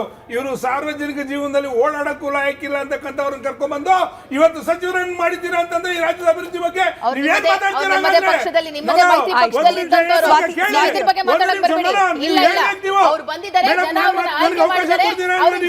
ಹತ್ತು ಅವಕಾಶ ಸೆಕೆಂಡ್, ಕೊಡ್ತೀರಾ ಹತ್ತು ನೀವು? ಸೆಕೆಂಡ್. ನೀವು ಯಾರ್ಯಾರ್ದೋ ಮೇಲೆ ಏನೇನೋ ಆರೋಪ ಬರೀ ಮಾಡ್ಬೇಡಿ. ಒಂದು ಮಾತನ್ನ ಹೇಳ್ತಾ ಹಾಗಿದ್ರೆ ಕುಮಾರಸ್ವಾಮಿ ಅವ್ರು ಏನೇನ್ ಇದ್ದೀನಿ. ಮಾತಾಡಿದ್ರು, ಕೇಂದ್ರದಲ್ಲಿ ಯಡಿಯೂರಪ್ಪ ಅವ್ರ ನೀವು ಬಗ್ಗೆ, ಕೇಂದ್ರದಲ್ಲಿ ಯಡಿಯೂರಪ್ಪ ಬಂದು ಕೇಳಿಸ್ಕೊಳ್ಳೋಣ ಸ್ವಾತಿ ಅವರೇ, ಸ್ವಾತಿ ಅವರೇ ಕೇಳಿಸ್ಕೊಳ್ಳಿ, ಕೇಳಿಸ್ಕೊಳ್ಳಿ ಸ್ವಾತಿ ಅವರೇ, ಕೇಳಿಸ್ಕೊಳ್ಳಿ. ಚಂದ್ರಶೇಖರ್ ಅಂತ ಒಬ್ಬ ಅಧಿಕಾರಿ ಆತ್ಮಹತ್ಯೆ ಮಾಡ್ಕೊಂಡಿದ್ದಾರೆ ಸ್ವಾತಿ ಅವರೇ. You also know that. ಕೇಳಿಸ್ಕೊಳ್ಳಿ, ಕೇಳಿಸ್ಕೊಳ್ಳಿ, ಆಮೇಲೆ ನೀವೇ ಉತ್ತರ ಕೊಡಿ. ಕೇಳಿಸ್ಕೊಳ್ಳಿ ಸ್ವಾತಿ ಅವರೇ, ಆಮೇಲೆ ಉತ್ತರ ಕೊಡಿ. ಕೇಳಿಸ್ಕೊಳ್ಳಿ, ಕೇಳಿಸ್ಕೊಳ್ಳಿ. ಯಾವುದು ನೀವು ಹೇಳೋದು ಕೇಳಿಸ್ಕೊಳ್ಳಕ್ಕೆ ನಾವು ಬಂದಿರೋದಿಲ್ಲ. ನೀವು ಹೇಳೋದು ಕೇಳಿಸ್ಕೊಳ್ಳಕ್ಕೆ ಇಲ್ಲಿ ನಾವಿಲ್ಲಿ ಬಂದಿರೋದು. ಅಲ್ಲ, ತಾವು ನನ್ನ ಕೇಳಿಸ್ಕೊಳ್ಳಿ. ವಿಚಾರ ಆಯ್ತು, ಸರ್, ವಿಷಯಕ್ಕೆ ಬನ್ನಿ, ವಿಷಯಕ್ಕೆ ಬನ್ನಿ, ನನ್ನ ವಿಷಯಕ್ಕೆ ಬನ್ನಿ. ನಾನು ಕೊಡ್ತಾ ಇರೋದು. ವಿಷಯಕ್ಕೆ ನೀವು ಬನ್ನಿ. ಕೇಳಕ್ಕಲ್ಲ ನಾವಿಲ್ಲಿ ಬಂದಿರೋದು. ಅಪ್ಪ ಯಾರಿಗೆ ಹೇಳ್ತಾ ಇದ್ದೀರಾ ನೀವು? ತಾವು ಅವತ್ತು ಕೇಳಿಸ್ಕೊಳ್ಳಿ.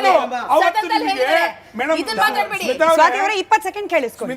ಸ್ಮಿತಾ ಅವರೇ, ಇವತ್ತು ಇದೇ ರಾಜೀನಾಮೆ ವಿಷಯದಲ್ಲಿ ಇವರ ದ್ವಂದ್ವ ನಿಲುವುಗಳು ಯಾವತ್ತು ಹೇಗಿರುತ್ತೆ ಅಂತಂದ್ರೆ, ರಾಜ್ಯದಲ್ಲಿ ಒಬ್ಬರು ಮಿನಿಸ್ಟರ್ ಮಾಡೋಣ ಅಂತಾರೆ, ಕೇಂದ್ರದ ಇವರು ವರಿಷ್ಠ ಏನಂತ ಹೇಳ್ತಾರೆ, ಬೇಡ ಬೇಡ ರಾಜೀನಾಮೆ ತಗೊಳ್ಳಿ ಅಂತಾರೆ, ಇಲ್ಲಿ ಮುಖ್ಯಮಂತ್ರಿಗಳು ಏನಂತ ಹೇಳ್ತಾರೆ, ಪಾಪ ಸಮಾಜಕ್ಕೆ ಮುಜುಗರ ಆಗಬಾರ್ದು ಅಂತ Special flight ಅವರು ಮಾಡ್ಕೊಂಡು, ಪಕ್ಷ ನಿಷ್ಠೆ ಅಂತಾರೆ. ಆಯ್ತಾ? ನಿಮ್ಮಲ್ಲೇ ದ್ವಂದ್ವ ನಿಲುವಿದೆ. ಸ್ಪೆಷಲ್ ಫ್ಲೈಟ್ ಇದೆಲ್ಲ ಮಾಡ್ಕೊಂಡು ಕೂಡ ತಾವು ಬ್ಲಾಕ್ ಮೇಲ್ ತಂತ್ರ. ಬೆಂಗಳೂರಿಗೆ ಕರೆಸಿ ಸರಿ. ಪ್ರಮಾಣ ವಚನವನ್ನ ಸ್ವೀಕಾರ ಮಾಡಿದಂತ ಸರಿ, ಮೈತ್ರಿ ಸ್ವಾತಿ ಪಕ್ಷದ ಅವರೇ, ಸ್ವಾತಿ ಜೊತೆ ಅವರೇ, 5 ಸೆಕೆಂಡ್ ಕೇಳಿಸ್ಕೊಳ್ಳಿ, 5 ಸೆಕೆಂಡ್ ಕೇಳಿಸ್ಕೊಳ್ಳಿ, ಆಮೇಲೆ ನೀವೇ ಮಾತಾಡಿ.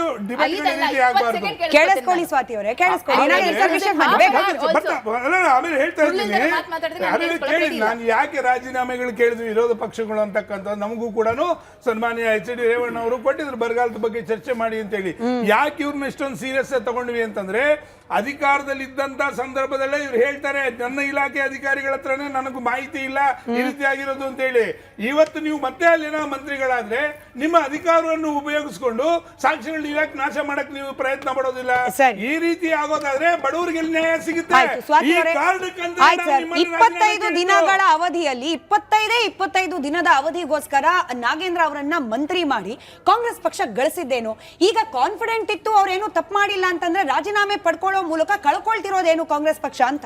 ಮೇಡಮ್, ಯಾರೊಬ್ಬರನ್ನು ಮಂತ್ರಿಯನ್ನಾಗಿ ಘೋಷಿಸೋದು ಮುಂದೆ 20 ದಿನಗಳಲ್ಲೋ 25 ದಿನಗಳಲ್ಲೋ 6 ತಿಂಗಳಲ್ಲೋ ಅಂದ್ರೆ ಅದನ್ನ ನೀವು ಇದನ್ನ ರಾಜೀನಾಮೆ guess ಕೊಡಿಸ್ಬೇಕು ಮಾಡಿರ್ಲಿಲ್ಲ ಅಂದ್ರೆ ಅನ್ನೋಂಥದ್ದಲ್ಲ. ಕಾಂಗ್ರೆಸ್ ಪಕ್ಷದ No, no, please, background please. verification Smita ಅವರೇ, ಹಾಗೆ ಅವರ ಸ್ಮಿತಾ ಅವರೇ, ಅಲ್ಲಿ future let me be very prediction ಅಷ್ಟು clear. ತಪ್ಪಿದೆ ಅಂತ ಆಗುತ್ತೆ ನೀವು ಮೇಡಮ್. ಪ್ರಶ್ನೆ ಕೇಳಿದಿರಿ, ನನಗೆ ಏನು 1 ನಿಮಿಷ ಉತ್ತರ ಕೊಡಕ್ಕೆ ಬಿಟ್ಟು ಹೇಳಿ, ನೀವೇ ಉತ್ತರ ಕೊಡಿ. ಕಾಂಗ್ರೆಸ್ ಪಕ್ಷ is a party of integrity.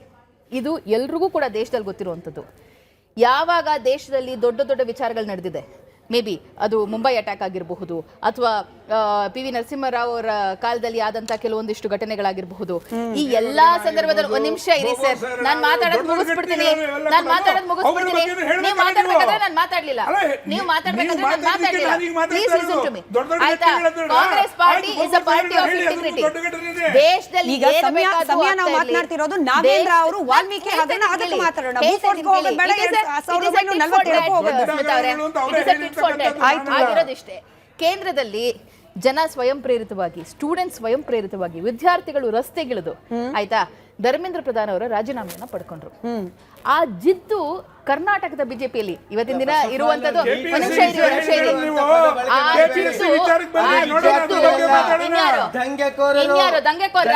Arrest ಮಾಡಿ ನೋಡೋಣ. ಯಾಕೆ ಪಕ್ಕದಲ್ಲಿ ಕೂತ್ಕೊಂಡು ಪ್ರೆಸ್ ಮೀಟ್ ಮಾಡಿದ್ರಿ? ಹಾಗಿದ್ರೆ ಪಕ್ಕದಲ್ಲಿ ಕೂತ್ಕೊಂಡು ಯಾಕೆ ಪ್ರೆಸ್ ಮೀಟ್ ಮಾಡಿದ್ರಿ? ಪಕ್ಕದಲ್ಲಿ ಕೂತ್ಕೊಂಡು ಪ್ರೆಸ್ ಮೀಟ್ ಯಾಕೆ ಮಾಡಿದ್ರಿ? ಪಕ್ಕದಲ್ಲಿ ಕೂತ್ಕೊಂಡು ಪ್ರೆಸ್ ಮೀಟ್ ಯಾಕೆ ಮಾಡಿದ್ರಿ? ದಂಗೆಕೋರರು ಅಂದ್ರೆ ಅರೆಸ್ಟ್ ಮಾಡಿ ಇವತ್ತಿನ ದಿನ. ಹೇಳಿ ನಿಮ್ಮ ಜಯನಟ ಅವರಿಗೆ, ಸ್ವಾತಿ ಅವರೇ, ನಾವು ವಾಪಸ್ ಬರೋಣ ನಾಗೇಂದ್ರ ಅವರ ವಿಚಾರಕ್ಕೆ. ನಾಗೇಂದ್ರ ಅವರ ವಿಚಾರಕ್ಕೆ ಬರೋಣ. ನಾವು ಈ ವಿಚಾರ ಡಿಸ್ಕಸ್ ಮಾಡ್ತಾ ಇಲ್ಲ. ಸ್ವಾತಿ ಅವರೇ, ನನ್ನ ಪ್ರಶ್ನೆ ಬಹಳ ಸ್ಪಷ್ಟ ಸ್ಮಿತಾ ಅವರೇ. ಆಯ್ತು, ಇದು ದ್ವೇಷದ ರಾಜಕಾರಣ ಅಷ್ಟೇ. ಧರ್ಮೇಂದ್ರ ಪ್ರಧಾನ್ ಅವ್ರನ್ನ ಕಾಂಗ್ರೆಸ್ ಪಕ್ಷ ಅವ್ರು ಏನ್ ಅನ್ಕೊಂಡ್ಬಿಟ್ರು ಅಂತಂದ್ರೆ, ಮೋದಿ ಅವರು ಮತ್ತು ಅಮಿತ್ ಶಾ ಅವರು ಸೋತ್ ಬಿಟ್ರಲ್ಲ, ಒಬ್ಬ ಸಚಿವನ ರಾಜೀನಾಮೆಯನ್ನ ಕಳೆದ 12 ವರ್ಷಗಳಿಂದ ದೇಶದಲ್ಲಿ ಯಾವುದೇ ಅಧೋಗತಿಯ ಸ್ಥಿತಿ ತಲುಪಿದ್ರೂ ಕೂಡ ಒಂದು ರಾಜೀನಾಮೆಯನ್ನ ಪಡ್ಕೊಳ್ಳೋದ್ರಲ್ಲಿ ಅಥವಾ ಕೊಡ್ಸೋದ್ರಲ್ಲಿ ಯಾವ ವಿರೋಧ ಪಕ್ಷಗಳು ಕೂಡ ಯಶಸ್ವಿ ಆಗಿರ್ಲಿಲ್ಲ. ಆದ್ರೆ ಈ ಬಾರಿ ಕಾಂಗ್ರೆಸ್ ಪಕ್ಷ ಯಶಸ್ವಿ ಆಗೋಯ್ತು. ಅವರಿಗೆ ಈಗೋವನ್ನ ಕಂಟ್ರೋಲ್ ಮಾಡ್ಕೊಳಕ್ಕಾಗ್ಲಿಲ್ಲ, ಅವರಿಗೆ ಇದನ್ನ ಹೇಗೆ ರಿಯಾಕ್ಟ್ ಮಾಡ್ಬೇಕು ಅಂತ ಗೊತ್ತಾಗ್ಲಿಲ್ಲ. ಏಕಾಏಕಿ ಬಂದು ಕರ್ನಾಟಕದಲ್ಲಿರುವಂತ ಕಾಂಗ್ರೆಸ್ ಸರ್ಕಾರದ ಮೇಲೆ ತಮ್ಮ ಒಂದು ಇಡಿಯನ್ನ, ಸಿಬಿಐಯನ್ನ, ಗವರ್ನರ್ನ ಪ್ರಹಾರವನ್ನ, ರಾಜ್ಯಪಾಲರ ಪ್ರಹಾರವನ್ನ ಶುರು ಮಾಡಿದ್ರು. ನಾಗೇಂದ್ರ ಅವರ ಸಹೋದರಿ ಭಾವ ಪಿಎ ಕೇಳಿಸ್ಕೊಳ್ಳಿ ಮೇಡಮ್, ಕೇಳಿಸ್ಕೊಳ್ಳಿ ಮೇಡಮ್, ಕೇಳಿಸ್ಕೊಳ್ಳಿ ಸ್ವಾತಿ ಅವರೇ, ಅವರೇ, ಕೇಳಿಸ್ಕೊಳ್ಳಿ ಸ್ವಾತಿ ಅವರೇ, ಕೇಳಿಸ್ಕೊಳ್ಳಿ ಸ್ವಾತಿ ಅವರೇ, ವಿತ್ ಡಾಕ್ಯುಮೆಂಟ್. ನೀವು ಗಮನಿಸಿದ್ರೋ ಎಲ್ಲೋ ಗೊತ್ತಿಲ್ಲ, ನಾಗೇಂದ್ರ ಬಾಬು ಸರ್ ನೀವು ಕೇಳಿಸ್ಕೊಳ್ಬೇಕು. With documents Republic Kannada ground report ಮಾಡಿದೆ. ಈ ಯಾವ್ಯಾವ IT ಕಂಪನಿಗಳಿಗೆ ಯಾವ್ಯಾವ ವ್ಯಕ್ತಿಗಳ ಹೆಸರುಗಳಿಗೆ ಹಣ ವರ್ಗಾವಣೆ ಆಗಿತ್ತಲ್ಲ, ಅದ್ರಲ್ಲಿ 90% ಫೇಕ್ ಅಡ್ರೆಸ್, ಫೇಕ್ ಕಂಪನಿಗಳಿತ್ತು ಅನ್ನೋದನ್ನ ರಿಪಬ್ಲಿಕ್ ಕನ್ನಡ ಎಕ್ಸ್ಪೋಸೆ ಮಾಡಿದೆ. ಹಾಗಾದ್ರೆ ಕೇಳಿಸ್ಕೊಳ್ಳಿ ಸ್ವಾತಿ ಅವರೇ, ಕೇಳಿಸ್ಕೊಳ್ಳಿ ಸ್ವಾತಿ ಅವರೇ, ಕೇಳಿಸ್ಕೊಳ್ಳಿ ಸ್ವಾತಿ ಒಬ್ಬರೇ, ಒಬ್ಬ ಜವಾಬ್ದಾರಿಯುತ ಸಚಿವನಾಗಿ ತನ್ನ ಮೂಗಿನ ಅಡಿಯಲ್ಲಿ ಇಲ್ಲದ ಕಂಪನಿಗೆ ಹಣ ಹೋಗ್ತಿದೆ ಅಂತಂದಾಗ ಅಂತ ಸಚಿವರಿಗೆ ಈ ಕ್ಲಿಯರ್ ಆಗೋಯ್ತಾ? ಕ್ಲಿಯರ್ ಆಗೋಯ್ತಾ? ಇವಾಗ ಅವ್ರ ಮೇಲೆ ಆರೋಪ ಕ್ಲಿಯರ್ ಆಗೋಯ್ತಾ? ಅವರ ಭಾವ, ಅವರ ಸಹೋದರಿ, ಅವರ ಆಪ್ತ ಸಹಾಯಕ ಅಲ್ಲ ಮೇಡಮ್, 1,20,00,000 ಹಣ ಆಪ್ತ ಸಹಾಯಕನ ಅಕೌಂಟ್ ಹೋಗಿದೆ ಅಂದಾಗ ಇದಕ್ಕಿಂತ ಸಾಕ್ಷಿ ಬೇಕಾ? ಇದಕ್ಕಿಂತ ಸಾಕ್ಷಿ ಬೇಕಾ? ಕಳೆದ 2 ವರ್ಷಗಳಿಂದ ಆಫ್ಟರ್ ಇಡಿ ಡ್ರಿಲ್, ಆಫ್ಟರ್ CBI ಡ್ರಿಲ್ ಆಯ್ತಾ, SIT ಕೊಟ್ಟಿರುವಂತಹ ಎಲ್ಲ ವರದಿಗಳ ಆಧಾರದ ಮೇಲೆನೆ ನಾವು ಯಾರನ್ನೂ ಕೂಡ, ನಾನು ಆಲ್ರೆಡಿ ನಿಮ್ಗೆ ಹೇಳಿದೆ, ಕೇಂದ್ರದಲ್ಲಿ ನಾವು ಆಲ್ರೆಡಿ ಏನೋ ಭ್ರಷ್ಟಾಚಾರದ ವಿರುದ್ಧ ಹೋರಾಟವನ್ನ ನಡೆಸ್ತಾ ಇದೀವಿ, ಕೇಂದ್ರದಲ್ಲಿ ಇರುವಂತಹ ದುರಾಡಳಿತದ ವಿರುದ್ಧ ಹೋರಾಟವನ್ನ ನಡೆಸ್ತಾ ಇದೀವಿ. ನಮ್ಮ ರಾಜ್ಯದಲ್ಲಿ ಯಾವುದೇ ಕಪ್ಪು ಚುಕ್ಕಿಯನ್ನ ಕಾಂಗ್ರೆಸ್ ಪಕ್ಷ ಅಥವಾ ನಮ್ಮ ಸರ್ಕಾರ ತೆಗೆದುಕೊಳ್ಳೋದಕ್ಕೆ ತಯಾರಿಲ್ಲ. ಇವತ್ತಿನ ದಿನ ನಾವು ರಾಜೀನಾಮೆ ಕೊಟ್ಟಿರುವಂತದ್ದು ನೈತಿಕ ಹೊಣೆಯನ್ನ ಹೊತ್ತಲ್ಲ. ಈ ಒಂದು ಏನು ರಾಜ್ಯದಲ್ಲಿ ಜನರ ದಿಕ್ಕನ್ನ ತಪ್ಪಿಸ್ತಾ ಇದ್ದಾರೆ. ಸೆಷನ್ ನಡೆಯಕ್ ಬಿಡ್ಲಿಲ್ಲ. ಒಂದು ದಿನ ಬಾವಿಗಿಳಿತೀರಿ, ಇಲ್ದೇ ಇರೋ ಹೋರಾಟವನ್ನ ಮಾಡ್ತೀರಿ. ನಿಮಗೆ ಮಾತಾಡೋದಿಕ್ಕೆ, ಡಿಸ್ಕಸ್ ಮಾಡೋದಿಕ್ಕೆ ಏನು ವಿಷಯನೇ ಇಲ್ಲ. ಡೆಲ್ಲಿಯಿಂದ ಪತ್ರ ಬರುತ್ತೆ, ಹೋರಾಟವನ್ನ ಮಾಡಿ ಬಾವಿಗಿಳಿದು ಇವತ್ತಿನ ದಿನ ರೈಟ್, ಇವತ್ತಿನ ದಿನ ನಾನು ಬಾವಿಗಿಳಿದು ಹೋರಾಟವನ್ನ ಮಾಡ್ತಾ ಇದ್ದೀನಿ. ದೆಹಲಿಯಿಂದ ಪತ್ರ ಬರುತ್ತೆ, ಇಲ್ಲ ಇವತ್ತಿನ ದಿನ ಪಾದಯಾತ್ರೆಯನ್ನ ಶುರು ಮಾಡಿ. ಆಲ್ ರೈಟ್, ನಾನು ಇವತ್ತಿನ ದಿನ ಪಾದಯಾತ್ರೆಯನ್ನ ಶುರು ಮಾಡ್ತಾ ಇದ್ದೀನಿ. ಒಂದು ನಿಮಿಷ, ದೆಹಲಿಯಿಂದ ಪತ್ರ ಬರುತ್ತೆ, ದೆಹಲಿಯಿಂದ ಪತ್ರ ಬರುತ್ತೆ, ಆಯ್ತಾ, ಹೆಂಗಾದ್ರೂ ಮಾಡಿ ಜಿದ್ದಿಗೆ ಬಿದ್ದು ನಾಗೇಂದ್ರ ಅವರ ರಾಜೀನಾಮೆಯನ್ನು ಪಡ್ಕೊಳ್ಳಿ. ರೈಟ್, ಪಡ್ಕೊಳ್ಳಿ. ಯಾಕೆ ಹೇಳಿ? We are a party of integrity, sir. We are a party of integrity. ಒಂದು ಕಪ್ಪು ಚುಕ್ಕೆ ಬಂದ ತಕ್ಷಣ 100 ಸತಿ ಯೋಚನೆ ಮಾಡ್ತೀವಿ. ನಿಮ್ ತರ ಮೈಗೆ ಎಣ್ಣೆ ಹಚ್ಕೊಂಡು ಕುತ್ಕೊಳ್ಳುವಂತ ಪಕ್ಷ ಅಲ್ಲ ನಮ್ದು. ಮೈಗೆ ಎಣ್ಣೆ ಹಚ್ಕೊಂಡು ಕುತ್ಕೊಳ್ಳುವಂತ ಪಕ್ಷ ಅಲ್ಲ. ಇದಕ್ಕೆ ಗೊತ್ತಿದೆ, ಈ ವಿಚಾರ ತಮಗೆ ಅರಿವಿದೆ, ಹಾಗಾಗಿ ಮಾಡಿದ್ದೀರಾ. ಇವತ್ತಿನ ದಿನ ನಾಗೇಂದ್ರ ಅವರು ಕಣ್ಣೀರು ಹಾಕಿದಾರಲ್ಲ ಸರ್, ಜನ ಅದಕ್ಕೆ ಉತ್ತರ ಕೊಡ್ತಾರೆ. ಅವರು ಕೇವಲ ಸಚಿವ ಸ್ಥಾನಕ್ಕೆ ರಾಜೀನಾಮೆ ಬಗ್ಗೆ ಮಾತ್ರ ಮಾತಾಡಿಲ್ಲ, ಶಾಸಕ ಸ್ಥಾನಕ್ಕೆ ರಾಜೀನಾಮೆ ಬಗ್ಗೆ ಮಾತಾಡಿದ್ದಾರೆ. ಆಯ್ತಾ, ಮುಂದಿನ ದಿನಗಳಲ್ಲಿ ಅವರ ಶಾಸಕ ಸ್ಥಾನ ರಾಜೀನಾಮೆ ಅಂಗೀಕಾರ ಆದ್ರೆ ಜನ ಉತ್ತರ ಕೊಡ್ತಾರೆ ಸರ್, ಜನ ಉತ್ತರ ಕೊಡ್ತಾರೆ. ಜನ ನೋಡಿದ್ದಾರೆ,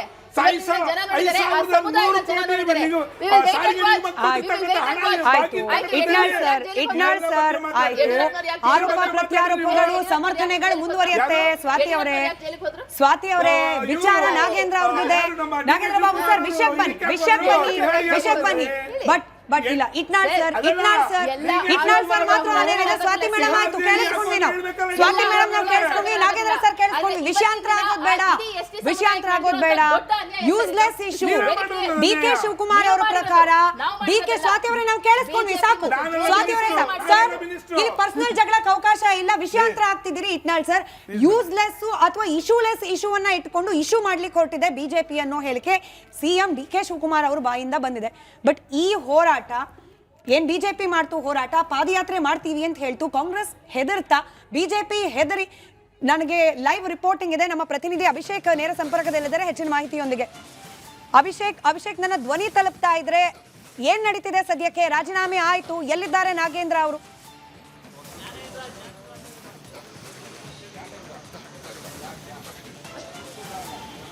ಅಭಿಷೇಕ್ ನನ್ನ ಧ್ವನಿ ತಲುಪ್ತಾ ಇದೆ ಅಂತ ಭಾವಿಸ್ತೀನಿ. ನಾಗೇಂದ್ರ ಅವರು ಸದ್ಯಕ್ಕೆ ಎಲ್ಲಿದ್ದಾರೆ, ಏನ್ ನಡೀತಾ ಇದೆ, ಅಪ್ಡೇಟ್ಸ್ ಕೊಡೋದಾದ್ರೆ?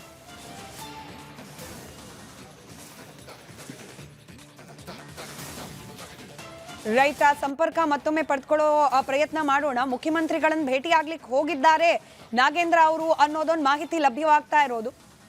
ಮುಖ್ಯಮಂತ್ರಿಗಳು ಕೊಡಬೇಡ ಅಂತ ಹೇಳಿದ್ರಂತೆ ರಾಜೀನಾಮೆ ಕೊಡಬೇಡ, ಪರವಾಗಿಲ್ಲ ಅಂತ ಹೇಳಿ. ಆದ್ರೂ ಕೂಡ ಅವ್ರ ಸರ್ಕಾರಕ್ಕೆ ಮುಜುಗರ ಬರಬಾರ್ದು ಅನ್ನೋ ಕಾರಣಕ್ಕೆ ನಾನು ರಾಜೀನಾಮೆ ಕೊಡ್ತಿದ್ದೀನಿ ಅಂತ ಹೇಳಿದ್ದಾರೆ Itnal sir. How to see this? ಬಿಜೆಪಿಯ ಗೆಲುವ ಇದು, ಕಾಂಗ್ರೆಸ್ಗಾದ ಸೋಲ. ಈ ಬಿಜೆಪಿ ಕಾಂಗ್ರೆಸ್ ಬೈನರಿ ಸ್ವಲ್ಪ ಬಹಳ ವಿಚಿತ್ರ, ಇತ್ತೀಚಿನ ದಿನಗಳಲ್ಲಿ ಬಹಳ ವಿಚಿತ್ರ ಟರ್ನ್ ತಗೊಂಡಾಗಿದೆ. MDS ದಮ್ ಆಲು, ನಾಲ್ ತಡ್ಕ ಮತ್ತು ಮಶ್ರೂಮ್ ಮಸಾಲೆ. MDS ನಿಂದ ಊಟ ಪ್ರತಿ ಸಲ ಸ್ವಾದಿಷ್ಟಕರ. MDH ಯಾವಾಗ್ಲೂ ನಿಮ್ಗೆ ಹೊಸ ರುಚಿ ನೀಡಲು ಪ್ರತಿಬದ್ಧವಾಗಿದೆ. ಕ್ಷಮೆ ಇರಲಿ ಸರ್, ಒಂದೇ ಒಂದು ಬ್ರೇಕಿಂಗ್ ಅಪ್ಡೇಟ್ ಇದೆ.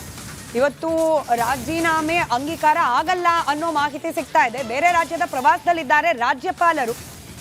ಹೀಗಾಗಿ ಇವತ್ತು ರಾಜೀನಾಮೆ ಅಂಗೀಕಾರ ಆಗೋದು ಬಹುತೇಕ ಡೌಟ್ಫುಲ್ ಅಂತ ಹೇಳಲಾಗ್ತಾ ಇದೆ. ರಾಜ್ಯಪಾಲರು ವಾಪಸ್ ಬಂದ ಬಳಿಕ ಆ ರಾಜೀನಾಮೆ ಅಂಗೀಕಾರ ಆಗತ್ತೆ ಅನ್ನೋದು ಸದ್ಯಕ್ಕೆ ಲಭ್ಯವಾಗ್ತಾ ಇರುವ ಅಪ್ಡೇಟ್. ಇವತ್ತು ನಾಗೇಂದ್ರ ಅವರ ರಾಜೀನಾಮೆ ಅಂಗೀಕಾರ ಆಗೋದಿಲ್ಲ. ಬೇರೆ ರಾಜ್ಯದ ಪ್ರವಾಸದಲ್ಲಿದ್ದಾರೆ ರಾಜ್ಯಪಾಲರು, ಹೀಗಾಗಿ ಅವರು ವಾಪಸ್ ಬಂದ ನಂತರದಲ್ಲಿ ಅಂಗೀಕಾರ ಆಗತ್ತೆ. ಬಟ್ ಅನೌನ್ಸ್ ಅಂತೂ ಮಾಡಿದ್ದಾರೆ ನಾಗೇಂದ್ರ ಅವರು. ಅಭಿಷೇಕ್ ನಮ್ಮ ಪ್ರತಿನಿಧಿ ಹೆಚ್ಚಿನ ಮಾಹಿತಿಯೊಂದಿಗೆ ನೇರ ಸಂಪರ್ಕದಲ್ಲಿದ್ದಾರೆ. ಅಭಿಷೇಕ್, ಸದ್ಯಕ್ಕೆ ನಾಗೇಂದ್ರ ಅವರು ಎಲ್ಲಿದ್ದಾರೆ, ಜೊತೆಗೆ ಏನ್ ನಡೀತಾ ಇದೆ? ಇವತ್ತು ರಾಜೀನಾಮೆ ಅಂಗೀಕಾರ ಆಗೋದಿಲ್ಲ ಅನ್ನೋ ಅಪ್ಡೇಟ್ ಇರೋದು.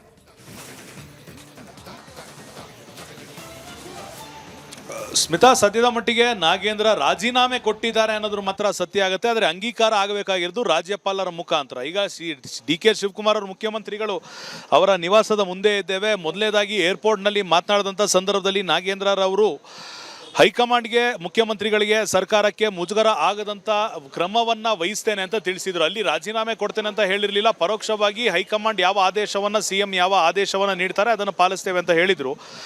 ಮುಖ್ಯಮಂತ್ರಿಗಳನ್ನು ಭೇಟಿಯಾಗಿ ಅದಾದ ನಂತರ ಪತ್ರಿಕಾಗೋಷ್ಠಿಯನ್ನು ನಡೆಸ್ತೇನೆ ಅಂತ ಹೇಳಿದರು. ಆ ಪತ್ರಿಕಾಗೋಷ್ಠಿಯನ್ನು ನಡೆಸಿ ಈಗ ಮುಖ್ಯಮಂತ್ರಿಗಳ ಸರ್ಕಾರಿ ನಿವಾಸಕ್ಕೆ ಬಂದಿದ್ದಾರೆ. ಈ ಸದ್ಯ ಮುಖ್ಯಮಂತ್ರಿಗಳ ಆಗಮನಕ್ಕಾಗಿ ಸಚಿವರಾಗಿದ್ದ ನಾಗೇಂದ್ರ ಕಾದು ಕುಳಿತಿದ್ದಾರೆ. ಈ ಸಂದರ್ಭಕ್ಕೂ ಕೂಡ ಅವರು ಸಚಿವರಾಗಿ ಮುಂದುವರೆದಿದ್ದಾರೆ. ಯಾಕೆಂದರೆ ಅವರ ರಾಜೀನಾಮೆ ಇನ್ನೂ ಕೂಡ ಅಂಗೀಕಾರ ಆಗಿಲ್ಲ. ಅಂಗೀಕಾರವನ್ನು ಮಾಡಬೇಕಾಗಿರೋಂಥ ರಾಜ್ಯಪಾಲರು ಸದ್ಯ ಹೊರ ರಾಜ್ಯದ ಪ್ರಯಾಣದಲ್ಲಿರೋದ್ರಿಂದ ಅವರ ಅಂಗೀಕಾರ ಆಗೋವರೆಗೂ ಸಚಿವ ಸ್ಥಾನದಲ್ಲಿ ನಾಗೇಂದ್ರ ಮುಂದುವರಿತಾರೆ. ಈ ಸದ್ಯಕ್ಕೂ ಅವರು ರಾಜೀನಾಮೆ ಘೋಷಣೆ ಮಾಡಿದ್ದಾರೆ. ಆದರೆ ಅಧಿಕೃತವಾಗಿ ಅವರು ಈ ಸದ್ಯಕ್ಕೂ ಸಚಿವರಾಗಿ ಮುಂದುವರಿತಾ ಇದ್ದಾರೆ ಅನ್ನೋದು ಮಾತ್ರ ನಾವು ಗಮನಿಸಬೇಕಾಗಿರುವಂಥದ್ದು. ಮನುವಾದಿಗಳು, BJPಯವರು, JDSನವರು ಇಲ್ಲ ಸಲ್ಲದ ಆರೋಪಗಳನ್ನು ಮಾಡಿ ಮಾಡದ ತಪ್ಪನ್ನು ನನ್ನ ತಲೆಯ ಮೇಲೆ ಹೊರಿಸಿ ನನ್ನ ರಾಜೀನಾಮೆಯನ್ನು ಪಡೆಯುವಂತೆ ಮಾಡಿದ್ದಾರೆ. ಅಧಿವೇಶನದ ಸಮಯವನ್ನು ಹಾಳು ಮಾಡಿದ್ದಾರೆ. ಎಲ್ಲಿಯೂ ಕೂಡ ರಾಜ್ಯದ ಜ್ವಲಂತ ಸಮಸ್ಯೆಗಳ ಬಗ್ಗೆ ಮಾತನಾಡೋದಕ್ಕೆ ಅವಕಾಶವನ್ನು ಮಾಡಿಕೊಟ್ಟಿಲ್ಲ.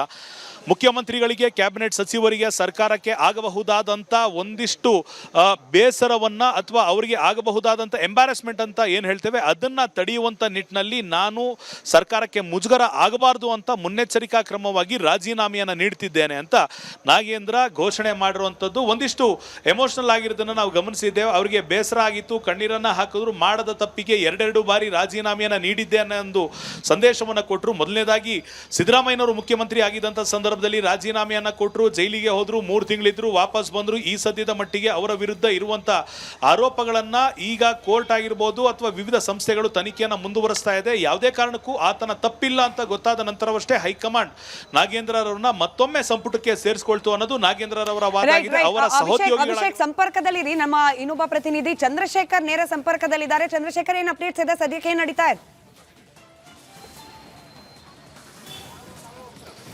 ಸ್ಮಿತಾ, ಖಂಡಿತವಾಗ್ಲೂ ಈಗಾಗಲೇ ಸಚಿವ ಸ್ಥಾನಕ್ಕೆ ರಾಜೀನಾಮೆಯನ್ನು ನಾಗೇಂದ್ರ ಅವರು ಕೊಟ್ಟಿದ್ದಾರೆ. ಶಾಸಕ ಸ್ಥಾನಕ್ಕೂ ಕೂಡ ರಾಜೀನಾಮೆ ಕೊಟ್ಟಿರ್ತಕ್ಕಂಥದ್ದು ನೇರವಾಗಿ ವಿಪಕ್ಷಗಳ ಮೇಲೆ ಗೂಬಿ ಕೂರಿಸುವಂಥ ಕೆಲಸವನ್ನು ಮಾಡಿದ್ದಾರೆ. ಮನುವಾದಿಗಳು ಅನ್ನುವಂಥ ಆರೋಪವನ್ನು ಏನು ಮಾಡಿದ್ದಾರೆ, ಇದಕ್ಕೆ BJP ಆಕ್ರೋಶವನ್ನು ವ್ಯಕ್ತಪಡಿಸ್ತಾ ಇದೆ. ಕಾರಣ, ನಾವು ಮನುವಾದಿಗಳಲ್ಲ, ನಿಜವಾದ ಮಾನವತಾವಾದಿಗಳು.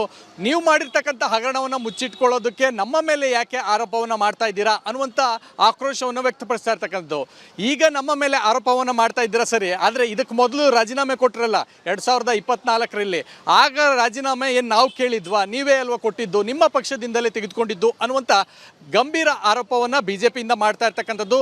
ನಾನು ಆದಿವಾಸಿ ಏನು ಅಂತ ಹೇಳುವಂಥ ನೀವು ಅದೇ ಆದಿವಾಸಿ ಸಮುದಾಯಕ್ಕೆ ಸೇರಿದಂಥ 187 ಕೋಟಿಯನ್ನು ಲೂಟಿ ಮಾಡೋದಕ್ಕೆ ನೀವೇ ಕಾರಣಕರ್ತರು. ಸೊ ಹೀಗಾಗಿ ಅನೇಕ ಆ ಒಂದು ಸಮುದಾಯಕ್ಕೆ ಸೇರಿದಂಥವ್ರಿಗೆ ಅಭಿವೃದ್ಧಿಗೆ ಬೇರೆ ಬೇರೆ ದೃಷ್ಟಿಕೋನದಲ್ಲಿ, ಅದು ಬೋರ್ವೆಲ್ ಆಗಿರ್ಬೋದು, ಶಿಕ್ಷಣಕ್ಕಾಗಿರ್ಬೋದು, ಕಾರ್ ತೆಗೆದುಕೊಳ್ಳೋದಕ್ಕೆ, ಈ ರೀತಿಯಾದಂಥ ಒಂದು ಡೆವಲಪ್ಮೆಂಟ್ ವಿಚಾರಕ್ಕೆ ಸಂಬಂಧಪಟ್ಟಂತೆ ಆ ಹಣ ಬಳಕೆ ಆಗಬೇಕಾಗಿತ್ತು.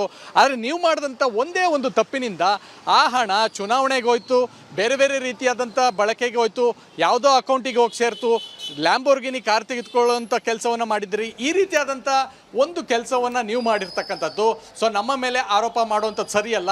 ಈಗ ಏನು ಅಮೌಂಟ್ ರಿಕವರಿ ಆಗಿದೆ, ಆ ಅಮೌಂಟ್ ಎಲ್ಲವೂ ಕೂಡ ನೀವು ಬಳಕೆ ಮಾಡಿದಂಥ ಬೇರೆ ಬೇರೆ ಅಕೌಂಟ್ಗೆ ಹೋಗಿದ್ದಂಥ ಹಣವನ್ನು ವಾಪಸ್ ತೆಗೆದುಕೊಂಡಿರ್ತಕ್ಕಂಥದ್ದು.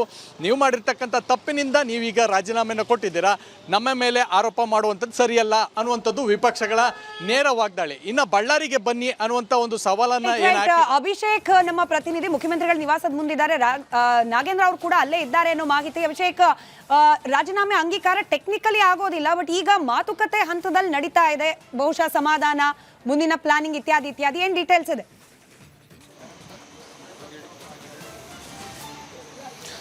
ಸದ್ಯದ ಮಟ್ಟಿಗೆ ನಾಗೇಂದ್ರ ಅವರು ಏನಾದರೂ ಶಾಸಕ ಸ್ಥಾನಕ್ಕೂ ಕೂಡ ರಾಜೀನಾಮೆ ನೀಡ್ತಾರ ಅನ್ನೊಂದು ಲೆಕ್ಕಾಚಾರ ಆರಂಭ ಆಗಿರುವಂಥದ್ದು. ಅದಕ್ಕೂ ಮೊದಲು ಇರುವಂಥ ಲೆಕ್ಕಾಚಾರ ನಾಗೇಂದ್ರರವರ ಸ್ಥಾನ ತೆರವಾಗುತ್ತೆ.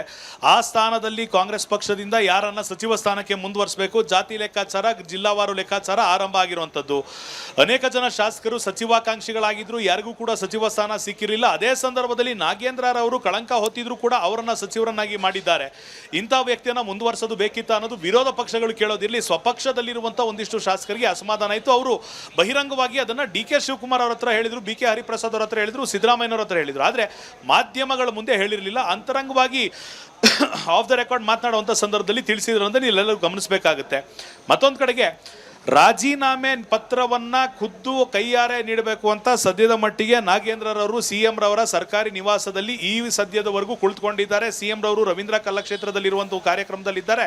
ಸಿಎಂ ರವರು ಇಲ್ಲಿಗೆ ಬಂದರೆ ಇಲ್ಲಿ ರಾಜೀನಾಮೆ ಪತ್ರವನ್ನು ನೀಡೋದು, ಸದಾಶಿವನಗರದ ಖಾಸಗಿ ನಿವಾಸಕ್ಕೆ ಹೋದರೆ ಅಲ್ಲಿಗೆ ಹೋಗಿ ರಾಜೀನಾಮೆ ಪತ್ರವನ್ನು ನೀಡುವುದು, ಅಲ್ಲಿಗೆ ಸಿಎಂ ರವರಿಗೆ ಮನವರಿಕೆ ಮಾಡುವಂಥ ಕೆಲಸವನ್ನು ನಾಗೇಂದ್ರ ಮಾಡ್ತಾರೆ. ಏನಂತ, ನಿಮಗೆ, ನಿಮ್ಮ ಸರ್ಕಾರಕ್ಕೆ, ನಮ್ಮ ಪಕ್ಷಕ್ಕೆ ಮುಜುಗರ ಆಗದಂತೆ ನಾನು ಈಗ ರಾಜೀನಾಮೆಯನ್ನು ಸ್ವಯಂ ಪ್ರೇರಿತವಾಗಿ ಘೋಷಣೆ ಮಾಡಿದ್ದೇನೆ.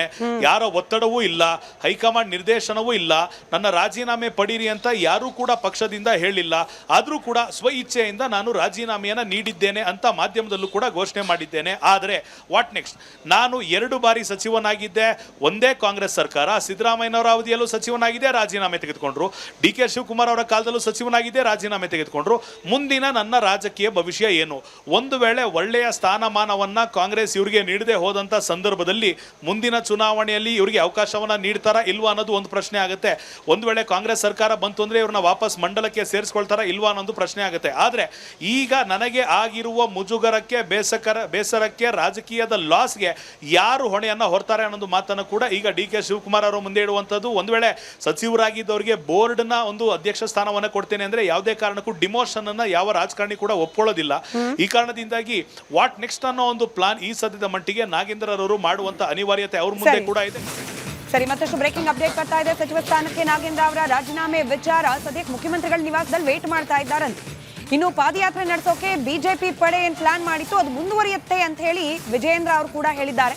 ಪಾದಯಾತ್ರೆ ಕೇವಲ ನಾಗೇಂದ್ರ ಅವರ ರಾಜೀನಾಮೆ ವಿಚಾರಕ್ಕಲ್ಲ, ಬದಲಾಗಿ ವಾಲ್ಮೀಕಿ ನಿಗಮದಲ್ಲಿ ಏನು ಹಗರಣ ಆಗಿದೆ ಆ ವಿಚಾರಕ್ಕಾಗಿ ನಾವು ಬಳ್ಳಾರಿ ತನಕ ಪಾದಯಾತ್ರೆಯನ್ನ ಮಾಡೇ ಮಾಡ್ತೀವಿ ಅಂತ ಹೇಳಿ ಬಿಜೆಪಿ ರಾಜ್ಯಾಧ್ಯಕ್ಷ ಬಿ.ವೈ. ವಿಜಯೇಂದ್ರ ಹೇಳಿಕೆಯನ್ನ ನೀಡಿದ್ದಾರೆ. ಸಚಿವ ಸ್ಥಾನಕ್ಕೆ ರಾಜೀನಾಮೆ ನೀಡಿದ್ದೇನೋ ಸ್ವಾಗತಾರ್ಹ, ಅವ್ರನ್ನ ಮಂತ್ರಿ ಮಾಡಿದ್ದೇ ತಪ್ಪು 2ನೇ ಬಾರಿಗೆ, ಆದ್ರೆ ರಾಜೀನಾಮೆ ಕೊಟ್ಟಿದ್ದಾರೆ ಅನ್ನೋದು ಸ್ವಾಗತಾರ್ಹ, ಆದ್ರೆ ನಾವು ಪಾದಯಾತ್ರೆಯನ್ನ ಮಾಡೇ ತೀರ್ತೀವಿ ಅಂತ ಹೇಳಿ ಬಿಜೆಪಿ ರಾಜ್ಯಾಧ್ಯಕ್ಷ ಬಿ.ವೈ. ವಿಜಯೇಂದ್ರ ಹೇಳಿಕೆಯನ್ನ ನೀಡಿದ್ದಾರೆ. ಅಲ್ಲಿಗೆ ಟಾರ್ಗೆಟ್ ಹಿಂದುಳಿದ ಸಮುದಾಯನೇ ಸರ್, ಬಿಜೆಪಿಗೆ ಬೇಕಿರೋದು ಅದೇನೇನೆ, ಕಾಂಗ್ರೆಸ್ ಕೂಡ ಟಾರ್ಗೆಟ್. ಇವಾಗ ನಾಗೇಂದ್ರ ಅವ್ರು ಹೇಳ್ತಿರೋದು ಅದೇನೇನೆ, ದಲಿತರು, ಹಿಂದುಳಿದವರು, ಮನುವಾದಿಗಳು ಎಕ್ಸೆಟ್ರಾ. ಟಾರ್ಗೆಟ್ ಹಿಂದುಳಿದ ವರ್ಗ, ಹಗರಣ ಆಯ್ತು, ಅನ್ಯಾಯ ಆಯ್ತು, ಎಕ್ಸೆಟ್ರಾ ಎಕ್ಸೆಟ್ರಾ, ಅದು ಪಕ್ಕಕ್ಕೆ ಇಡೋಣ, ಟಾರ್ಗೆಟ್ ಹಿಂದುಳಿದ ವರ್ಗ. ಇಲ್ಲ, ಈಗ ಈ ಒಂದು ಪ್ರಕರಣದಲ್ಲಿ ಅವರೇನು ಶ್ರೀರಾಮಚಂದ್ರ ಅಯೋಧ್ಯೆ ಪಟ್ಟವನ್ನು ಬಿಟ್ಟು ಹೋದಾಗ ಏನು ಅವರು ಹತ್ತಿರಲಿಲ್ಲ, ಅದಕ್ಕಿಂತ ಜಾಸ್ತಿ ಆಡ್ತಿದ್ದಾರೆ. ಇದರ ಅರ್ಥ ಏನು ಅಂದ್ರೆ he wants to sentimentalize. ಅಲ್ಲಪ್ಪ, ನಾನು ಮಾತಾಡ ಸುಮ್ಮನೆ ನಾನು ಮಾತಾಡ್ಬೇಕಲ್ಲ. Don't correct me. Don't correct me. What I say, what I say. Why are you Do not correct me. Emotions. Swati, do not correct anybody. Swathi madam, you should have ಅಲ್ಲಲ್ಲ, ಈ ರೀತಿ Swati madam, Chandrashekhar ಅವರ ಪತ್ನಿ ದಿನದ ತನಕ ಕಣ್ಣೀರು ಹಾಕ್ತಿದ್ದಾರೆ. ಸ್ವಾತಿ ಅವರೇ, ಚಂದ್ರಶೇಖರ್ ಇಲ್ಲ, ಇದೇ ನಿಗಮದ ಚಂದ್ರಶೇಖರ್ ಅವರ ಪತ್ನಿ ಇವತ್ತಿಗೂ ಕಣ್ಣೀರು ಹಾಕ್ತಿದ್ದಾರೆ. ಸ್ವಾತಿ ಅವರೇ, ಸೀರಿಯಸ್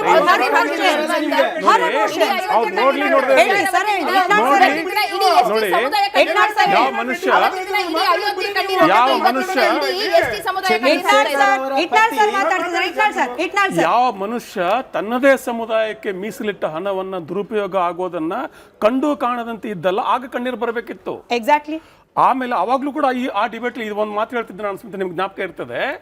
ಅಹಿಂದ ನಾಯಕನಾದಂಥ ಅಹಿಂದ ನಾಯಕನ ಸರ್ಕಾರ ಆ ಕಾಲದಲ್ಲಿ ಅಹಿಂದ ವರ್ಗಕ್ಕೆ ಮೀಸಲಿಟ್ಟ ಹಣವನ್ನ ಒಬ್ಬ ಅಹಿಂದ ಸಮುದಾಯದ ಮಂತ್ರಿಯ ಸುಪರ್ದಿಯಲ್ಲಿ ದುರುಪಯೋಗಗೊಂಡಿದೆ ಅಂದಾದ ಮೇಲೆ ಸಿದ್ದರಾಮಯ್ಯನವರು ನೈತಿಕ ಜವಾಬ್ದಾರಿ ಕೂಡ ಹೊರಬೇಕಾಗಿತ್ತು ಅವತ್ತು. ಅದು ಬರಲಿಲ್ಲ. ಅದು ಬಿಡಿ, 2 ಪ್ರಕರಣಗಳಲ್ಲಿ, ಅದು ಲಕ್ಷ್ಮೀ ಹೆಬ್ಬಾಳ್ಕರ್ ಅವರ 5,000 ಕೋಟಿ ಅದೇನು 2 ತಿಂಗಳ ಗೃಹಲಕ್ಷ್ಮಿ ವಿಚಾರ ಆಗಲಿ ಮತ್ತು ನಾಗೇಂದ್ರ ಅವರ ಈ ಕೇಸ್ ಆಗಲಿ, 2 ವಿಚಾರದಲ್ಲಿ ಹಣಕಾಸು ಇಲಾಖೆ ಬಹಳ ಪ್ರಮುಖ ಪಾತ್ರ ಇದೆ. ಇದೇನು ಅಲ್ಲಿ ಹಣ ಬಿಡುಗಡೆ ಆಗಬೇಕು ಆಗಬಾರ್ದು ಅಂತ finance department has to endorse. ಅದ್ರ ಜೊತೆಯಲ್ಲೇನೆ ಈಗ ಏನಾಗಿದೆ ನಾಗೇಂದ್ರ ವಿಚಾರದಲ್ಲಿ, ಈ ಹಣವನ್ನ ಮನಿ ಲಾಂಡ್ರಿಂಗ್ ಅಲ್ಲಿ ಒಂದು ಟರ್ಮ್ ಇದೆ, ರೌಂಡ್ ಟ್ರಿಪ್ಪಿಂಗ್ ಅಂಡ್ ಲೇಯರಿಂಗ್ ಅಂತ.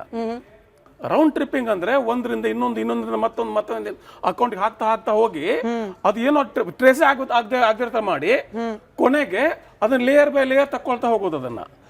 These are technical terms in money laundering ಲಾ.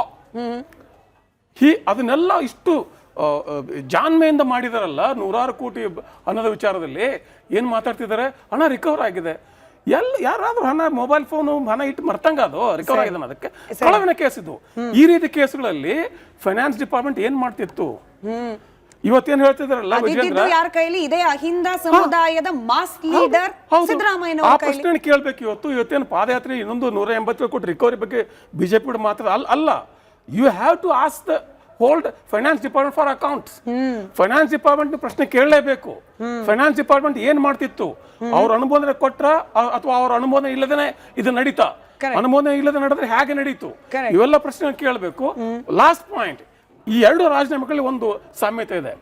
ಇಲ್ಲಿ 2 ರಾಜೀನಾಮೆ ಧರ್ಮೇಂದ್ರ ಪ್ರಧಾನ್ ಮತ್ತು ಈ ನಾಗೇಂದ್ರ ವಿಚಾರಗಳಲ್ಲಿ. ಇಲ್ಲಿ ಏನ್ ಮಾಡ್ತಿದ್ದಾರೆ, ನಾಗೇಂದ್ರ ತಮ್ಮ ಯಾರು ರಾಜೀನಾಮೆ ಕೇಳಿದ್ರಲ್ಲ ಅವ್ರನ್ನ ಲೇಬಲ್ ಮಾಡ್ತಿದ್ದಾರೆ, ಮನುವಾದಿ, ಮನುಸ್ಮೃತಿ ಇತ್ಯಾದಿ ಮತ್ತೊಂದು. ಅಲ್ಲೇ ಧರ್ಮೇಂದ್ರ ಪ್ರಧಾನ್ ಮಾಡುವಾಗ ಅವ್ರ ದೇಶದ್ರೋಹಿಗಳು, ಅವ್ರ ಪೇಡು, ನಾನ್ ಸೆನ್ಸ್. ಇವೆಲ್ಲ ಜನರ ನಾಡಿ ಮಿಡಿತನ್ನು ಅರ್ಥ ಮಾಡ್ಕೋಬೇಕು ಸರ್ಕಾರಗಳು. ಸರಿ, ನನ್ನ ಇಬ್ಬರು ಕಲಿ ಕ್ಷಮೆ ಇರಲಿ ಸರ್. ಮುಖ್ಯಮಂತ್ರಿಗಳ ನಿವಾಸದ ಮುಂದೆ ಇದ್ದಾರೆ, ನಾಗೇಂದ್ರ ಕೂಡ ತಲುಪಿದ್ದಾರೆ. ನಾಗೇಂದ್ರ ಬಾಬು ನನ್ನ ಕಲಿಗು, ನಾಗೇಂದ್ರ ಸಚಿವರಲ್ಲ, ಇನಿವೆ ಅವರು ಒಳಗಿದ್ದಾರೆ, ನಮ್ಮ ಕಲಿಗ್ ಹೊರಗಿದ್ದಾರೆ. ನಾಗೇಂದ್ರ, ರಿಪಬ್ಲಿಕ್ ಕನ್ನಡದ ತನಿಖಾ ವರದಿಗಳು 2024ನೇ ಇಸ್ವಿಯದು. ಮತ್ತೊಮ್ಮೆ ನೆನಪು ಮಾಡ್ಕೊಳ್ಳೋದಾದ್ರೆ ಹಂತ ಹಂತವಾಗಿ ವಾಲ್ಮೀಕಿ ನಿಗಮದಲ್ಲಿ ಹಗರಣ, ಈಗೇನು ಹೇಳ್ತಿದಾರಲ್ಲ ಇಲ್ಲದ ಹಗರಣ ಅಂತ ಹೇಳಿ ಪದೇ ರಾಜೀನಾಮೆ ಕೊಡುವಾಗ ಹೇಳ್ತಾ ಇದ್ರು ನಿರ್ಗಮಿತ ಸಚಿವರಾದ ನಾಗೇಂದ್ರ ಅವರು. ಬಟ್ ಹಗರಣ ಆಗಿದೆ ಅನ್ನೋದನ್ನ ತನಿಖಾ ವರದಿ ಮೂಲಕ ಬಹಿರಂಗ ಪಡಿಸಿದ್ದೇ ರಿಪಬ್ಲಿಕ್ ಕನ್ನಡ. ಅದನ್ನ ಮೆಲುಕು ಹಾಕ್ತಾ ಈಗ ಸದ್ಯಕ್ಕೆ ಏನಾಗ್ತಾ ಇದೆ ಅದರ ಡೆವಲಪ್ಮೆಂಟ್ಸ್ ಡೀಟೇಲ್ಸ್ ಕೊಡ್ತಾ ಹೋಗೋದಾದ್ರೆ.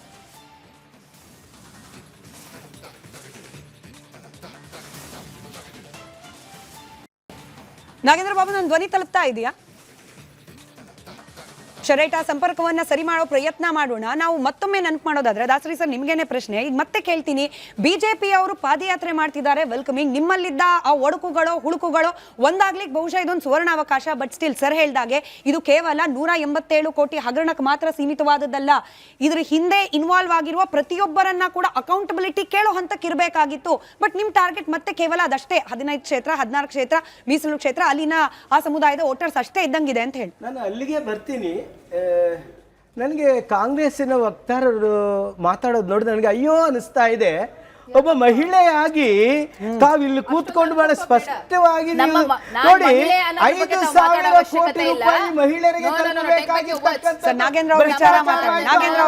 ನಿಮಗೆ ಕಲಿಕೆನ ಬರ್ಲಿಲ್ವಾ? ನೋಡಿ ನಾಗೇಂದ್ರ ಅವ್ರ ವಿಚಾರ ನೋಡಿ, ನಾಗೇಂದ್ರ ಅವರು ಇವತ್ತೇನು 187 ಕೋಟಿ ಹಗರಣ ಜವಾಬ್ದಾರಿ ಅವ್ರದೇ. ಆಯ್ತು, ಕ್ಷಮೆ ಇರಲಿ ಸರ್. ನಾಗೇಂದ್ರ ಬಾಬು ಮತ್ತೆ ಅಭಿಷೇಕ್ ಇಬ್ಬರು ನನ್ನ ಕಲೀಗ್ಸ್ ನೇರ ಸಂಪರ್ಕದಲ್ಲಿದ್ದಾರೆ ಮುಖ್ಯಮಂತ್ರಿಗಳ ನಿವಾಸದ ಮುಂದಿಂದ. ನಾಗೇಂದ್ರ, ನಾಗ್ಲೇ ಕೇಳ್ತಾ ಇದೆ, ರಿಪಬ್ಲಿಕ್ ಕನ್ನಡ ಹಗರಣ ಇಲ್ಲ ಅಂತ ಹೇಳೇನು ಮಾಜಿ ಮಿನಿಸ್ಟರ್ ಹೇಳ್ತಾ ಇದ್ರು. ಹಗರಣ ಆಗಿದೆ ಅನ್ನೋದನ್ನ ಎಕ್ಸ್ಪೋಸೆ ಮಾಡಿದ್ದು 2024ನೇ ಇಸ್ವಿಯಿಂದ. ಹೆಂಗೆಲ್ಲ ಆಗಿತ್ತು ಬಹಿರಂಗ ಈ ಹಗರಣದ್ದು ಅನ್ನೋದ್ರ ಜೊತೆಗೆ ಸದ್ಯದ ಅಪ್ಡೇಟ್ಸ್ ಅನ್ನ ತಿಳಿಸ್ತಾ ಹೋಗೋದಾದ್ರೆ.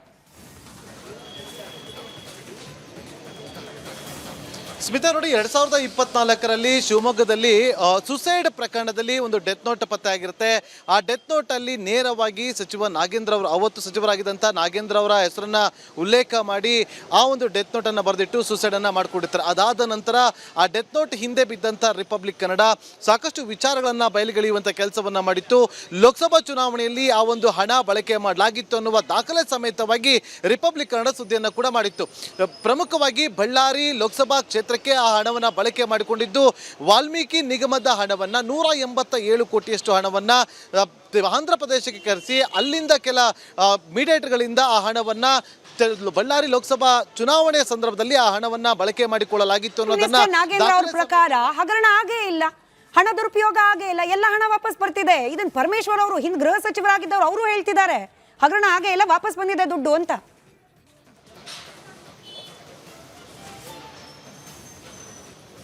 ಸ್ಮಿತಾ, ನೋಡಿ ಪ್ರಮುಖವಾಗಿ ಅವತ್ತು ದಾಖಲೆ ಸಮೇತವಾಗಿ ರಿಪಬ್ಲಿಕ್ ಕನ್ನಡ ವರದಿಯನ್ನ ಮಾಡಿತ್ತು. ಅದೇ ಕಾರಣಕ್ಕೋಸ್ಕರ ಇಡಿ ದಾಳಿಯನ್ನ ಮಾಡಿ ಅವರನ್ನ ಅರೆಸ್ಟ್ ಅನ್ನು ಕೂಡ ಮಾಡಿದಾಗ ಅವತ್ತು ಕೂಡ ನಾಗೇಂದ್ರ ಅವರು ಇದೇ ವಿಚಾರವನ್ನ ಕೂಡ ಪ್ರಸ್ತಾಪ ಮಾಡಿದ್ರು, ನನ್ನ ತಪ್ಪೇನು ಇಲ್ಲ ಅಂತೇಳಿ. ಹಾಗಾದ್ರೆ ಇಡಿ ತನಿಖೆಯನ್ನ ಮಾಡಿದ್ದು ಈಗ ಮುಂದುವರಿಸಿ ಎಸ್ ನೋಡಿ, ಆವತ್ತು ಆ ಸಂದರ್ಭದಲ್ಲಿ ನಾನೇ ಇಡಿ ಅಧಿಕಾರಿಗಳು ಮನೆಯಿಂದ ಅರೆಸ್ಟ್ ಮಾಡ್ಕೊಂಡು ಕರ್ಕೊಂಡು ಹೋದಾಗ ಇಡಿ ಕಚೇರಿಗೆ ನಾನೇ ಹೋಗಿ ಖುದ್ದು ರಿಪಬ್ಲಿಕ್ ಕನ್ನಡದ ವತಿಯಿಂದ ಪ್ರಶ್ನೆನೂ ಕೂಡ ಮಾಡಿದೆ. ನನ್ನದೇನು ತಪ್ಪಿಲ್ಲ ಅನ್ನೋ ಮಾತುಗಳನ್ನು ಕೂಡ ಆಡಿದ್ರು. ಆದರೆ ಇವತ್ತು ಕೂಡ ಹೇಳ್ತಿದ್ದಾರೆ ನನ್ನದೇನು ತಪ್ಪಿಲ್ಲ ಅಂತ. ನನ್ನ ಜೊತೆ ಪೊಲಿಟಿಕಲ್ ರಿಪೋರ್ಟರ್ ಅಭಿಷೇಕ್ ಕೂಡ ಜಾಯ್ನ್ ಆಗಿದ್ದಾರೆ. ಅಭಿಷೇಕ್, ಈಗ ಪ್ರಮುಖವಾಗಿ ನಾಗೇಂದ್ರ ಅವರು ಭಾವನಾತ್ಮಕವಾಗಿ ಒಂದಷ್ಟು ಸಿಂಥೆಟಿಕ್ ಅಂದ್ರೆ ಸಿಂಪತಿಯನ್ನು ಕ್ರಿಯೇಟ್ ಮಾಡೋ ರೀತಿಯಲ್ಲಿ ಮಾತುಕತೆ ಆಡಿ ನಾನು ರಾಜೀನಾಮೆನ ಕೊಡ್ತಾ ಇದ್ದೀನಿ ಅಂತ ಹೇಳಿದ್ರು. ಈಗ ನಾಗೇಂದ್ರ ಅವರು ಸಿಎಂ ಮನೆಯಲ್ಲಿ ಕೂತಿದ್ದಾರೆ, ಕಾದು ಕುಳಿತಿದ್ದಾರೆ. ವಾಟ್ ನೆಕ್ಸ್ಟ್, ಮುಂದೆ ಏನಾಗುತ್ತೆ ಅಂತೇಳಿ. ಈಗ ನಾಗೇಂದ್ರ ಅವರಿಗೆ ಇರುವಂತ ಒಂದು ದೊಡ್ಡ ಚಾಲೆಂಜ್ ಅಂದ್ರೆ ಅವರು ತಮ್ಮ ತಪ್ಪು ಇಲ್ಲ ಅನ್ನೋದನ್ನ ಪ್ರೂವ್ ಮಾಡಬೇಕಾಗಿರುವಂತ ಚಾಲೆಂಜ್ ಅವ್ರ ಮುಂದೆ ಇದೆ. ಯಾಕಂದ್ರೆ ವಾಲ್ಮೀಕಿ ಹಗರಣದಲ್ಲಿ ನಾನು ನಾಗೇಂದ್ರನಾಗಿ ಹೇಳಬೇಕು ಅಂದ್ರೆ, ನಾಗೇಂದ್ರ ಸಚಿವನಾಗಿ ಎಲ್ಲಿಯೂ ಕೂಡ ಸಹಿಯನ್ನ ಮಾಡಿಲ್ಲ, ಯಾರಿಗೂ ಕೂಡ ನಿರ್ದೇಶನವನ್ನು ನೀಡಿಲ್ಲ, ಯಾವ ಅಧಿಕಾರಿಯ ಮುಖಾಂತರವೂ ಕೂಡ ಹಣವನ್ನ ವರ್ಗಾವಣೆ ಮಾಡಿಲ್ಲ. ಇಡೀ ಪ್ರಕರಣದಲ್ಲಿ ಅವ್ರ ಹೆಸರು ತಳ್ಕಾಕೊಂಡಿರುವಂತದ್ದು ಒಂದು ಡೆತ್ ನೋಟ್ ನಲ್ಲಿ. ನಾಗೇಂದ್ರ ಅವರು ನನಗೆ ಮೌಖಿಕವಾಗಿ ಸೂಚನೆ ನೀಡಿದ್ರಿಂದ ನಾನು ಹಣವನ್ನ ವರ್ಗಾವಣೆ ಮಾಡಿದ್ದೆ ಅಂತ ಆ ವ್ಯಕ್ತಿ ಇವತ್ತು ಜೀವಂತ ಇಲ್ಲ. ಬರ್ತೇನೆ ಅಭಿಷೇಕ್. ನೋಡಿ, ಈಗ ಸ್ಮಿತಾ, ಪ್ರಮುಖವಾಗಿ ಸಿಎಂ ನಿವಾಸದ ಮುಂಭಾಗದಲ್ಲಿ ನೋಡಿ ಯಾವ ರೀತಿಯಾಗಿ ಕಂಪ್ಲೀಟ್ ಆಗಿ ಬಂದೋಬಸ್ತ್ ಯಾವಾಗಲೂ ಕೂಡ ಇರುತ್ತೆ. ಆದರೆ ಇವತ್ತು ಹೆಚ್ಚಿನ ಸಂಖ್ಯೆಯಲ್ಲಿ ಬ್ಯಾರಿಕೇಡ್ಗಳನ್ನು ಕೂಡ ಹಾಕೊಂಡು ಪೊಲೀಸರನ್ನ ಕೂಡ ನಿಯೋಜನೆ ಮಾಡಲಾಗಿದೆ. ಅಲ್ಲಿ ವಿಧಾನಸೌಧದ ಅವರ ಕೊಠಡಿಯಲ್ಲಿ ನಾನು ರಾಜೀನಾಮೆನ ಕೊಡ್ತೀನಿ ಅಂತೇಳಿ ಕಣ್ಣೀರನ್ನು ಹಾಕಿ ಅಲ್ಲಿಂದ ನೇರವಾಗಿ ಸಿಎಂ ಕಾವೇರಿ ಕೃಷ್ಣ ನಿವಾಸಕ್ಕೆ ಬಂದು ಈಗ ಒಳಗಡೆ ಕೂತಿದ್ದಾರೆ. ಇನ್ನೇನು ಕೆಲವೇ ಕ್ಷಣಗಳಲ್ಲಿ ಡಿ ಕೆ ಶಿವಕುಮಾರ್ ಒಂದು ಖಾಸಗಿ ಕಾರ್ಯಕ್ರಮದಲ್ಲಿರುವಂತಹ ಹಿನ್ನೆಲೆಯಲ್ಲಿ ಆ ಒಂದು ಕಾರ್ಯಕ್ರಮವನ್ನು ಮುಗಿಸಿಕೊಂಡು ಇಲ್ಲಿಗೆ ಬರ್ತಾರೆ. ಇಲ್ಲಿಗೆ ಬಂದ ನಂತರ ನಾಗೇಂದ್ರ ಜೊತೆ ಮಾತುಕತೆಯನ್ನು ಕೂಡ ಆಡ್ತಾರೆ. ಬಹಳ ಪ್ರಮುಖವಾಗಿ ರಿಪಬ್ಲಿಕ್ ಕನ್ನಡ 3 ದಿನದ ಹಿಂದೆನೆ ಸುದ್ದಿಯನ್ನ ಬಿತ್ತರ ಮಾಡಿತ್ತು. ಎಕ್ಸ್ಕ್ಲೂಸಿವ್ ಆಗಿ ಸಚಿವ ಸ್ಥಾನಕ್ಕೆ ರಾಜೀನಾಮೆಯನ್ನ ನಾಗೇಂದ್ರ ಅವರು ಕೊಡ್ತಾರೆ ಅಂತೇಳಿ. ನಿನ್ನೆ ಕೂಡ ದೆಹಲಿಯಲ್ಲಿ ಏನೆಲ್ಲ ಆಯಿತು ಅನ್ನೋದು ಕ್ಷಣದ ಅಪ್ಡೇಟ್ ಅನ್ನ ಕೂಡ ಕೊಟ್ಟಿದ್ವಿ. ಸುಮಾರು 2 ಗಂಟೆಗಳ ಕಾಲ ನಡೆದಂತಹ ಮಾತುಕತೆಯಲ್ಲಿ ಹೈಕಮಾಂಡ್ ಜೊತೆಯಲ್ಲಿ ಅರ್ಧ ಗಂಟೆ ಕಾಲ ನಾಗೇಂದ್ರ ಅವರನ್ನ ಮನವೊಲಿಸುವಂತ ಪ್ರಯತ್ನವನ್ನ ಕೂಡ ಮಾಡಿ ನಿನ್ನೆ ಅವರು ಡಿ ಕೆ ಶಿವಕುಮಾರ್ ಅವರ ಕೈಗೆ ಸಹಿ ಮಾಡಿದಂತ ರಾಜೀನಾಮೆ ಪತ್ರವನ್ನ ಕೂಡ.